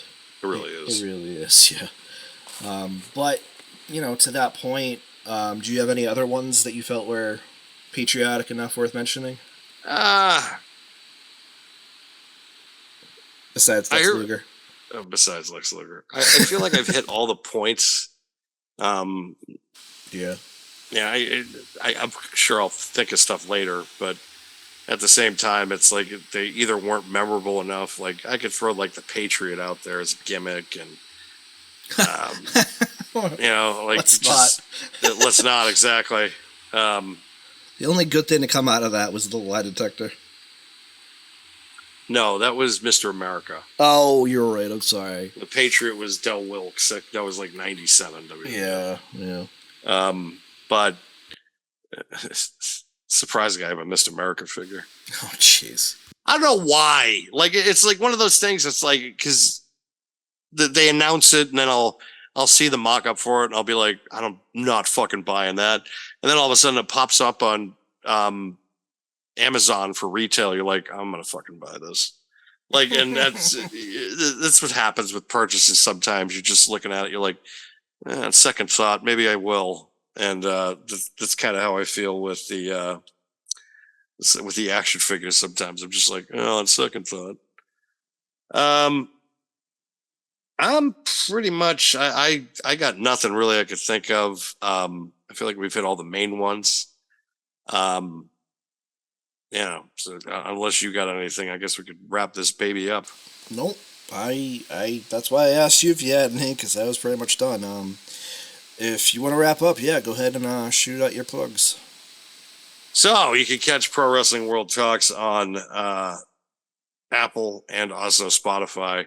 Roundtable discussion this week, talking about the AEW pay-per-view Full Gear 2019, which someone argues that this was the pay-per-view that propelled Cody Rhodes into WrestleMania, the WrestleMania spot that he was in. And it's like, okay, yeah, that's fun to talk about. I don't know if I believe that, but he made some valid points. And that's pretty much it. I mean, I guess you can keep following us on Twitter, Instagram, and of course Facebook. We always try to notify people when we're out, when we're releasing episodes. You can also check out some of my writings on Wrestling Glory Days when I have the time to write an article. I have to get better with it. I know. It's just when you're doing 2 podcasts, you're working full time, and you have a relationship you're trying to keep together. Not that we're having problems. I'm just saying that you're trying to at least spend time and be supportive of your spouse or girlfriend or fiance at that point. So it's just one of those deals. It's just sometimes your life is a little spread thin. But be sure to check us out. We're going to we're going to give you episodes every week, no matter how busy we get. And I hope everybody enjoys Money in the Bank. We will, of course, be doing a review next week and seeing what gets set up for the next few months. And also what's coming up with SummerSlam, because after next week, it's going to be like 3 weeks or something like that from the show because it's going to be early August this year. So the turnaround is going to be really quick.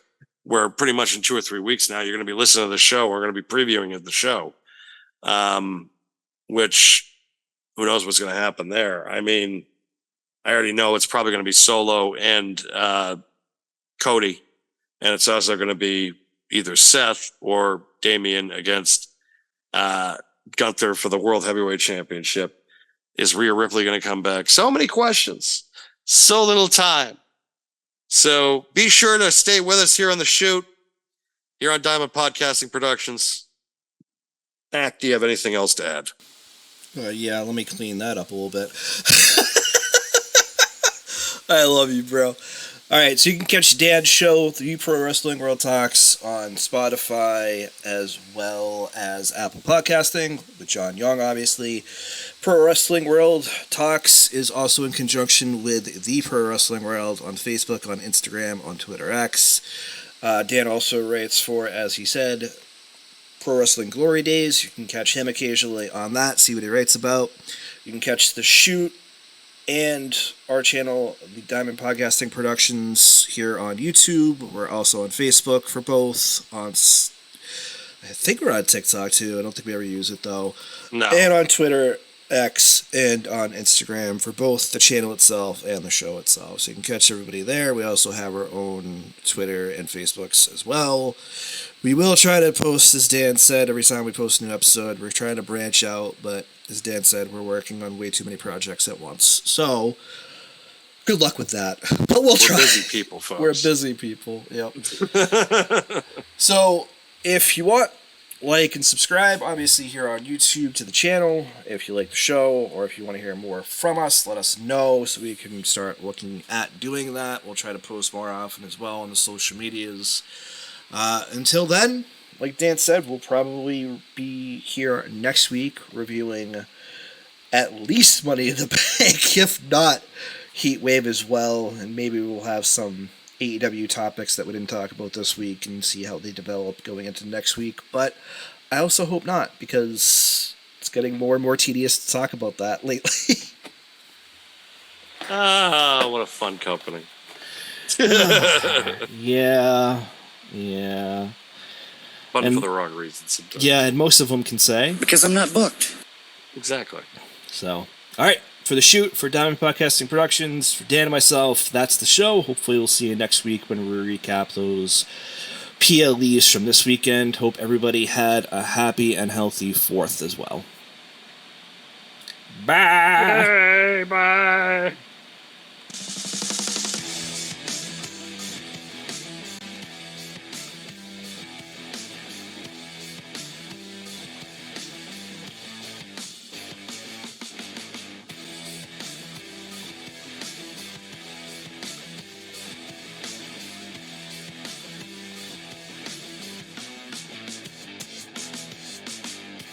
Smoke.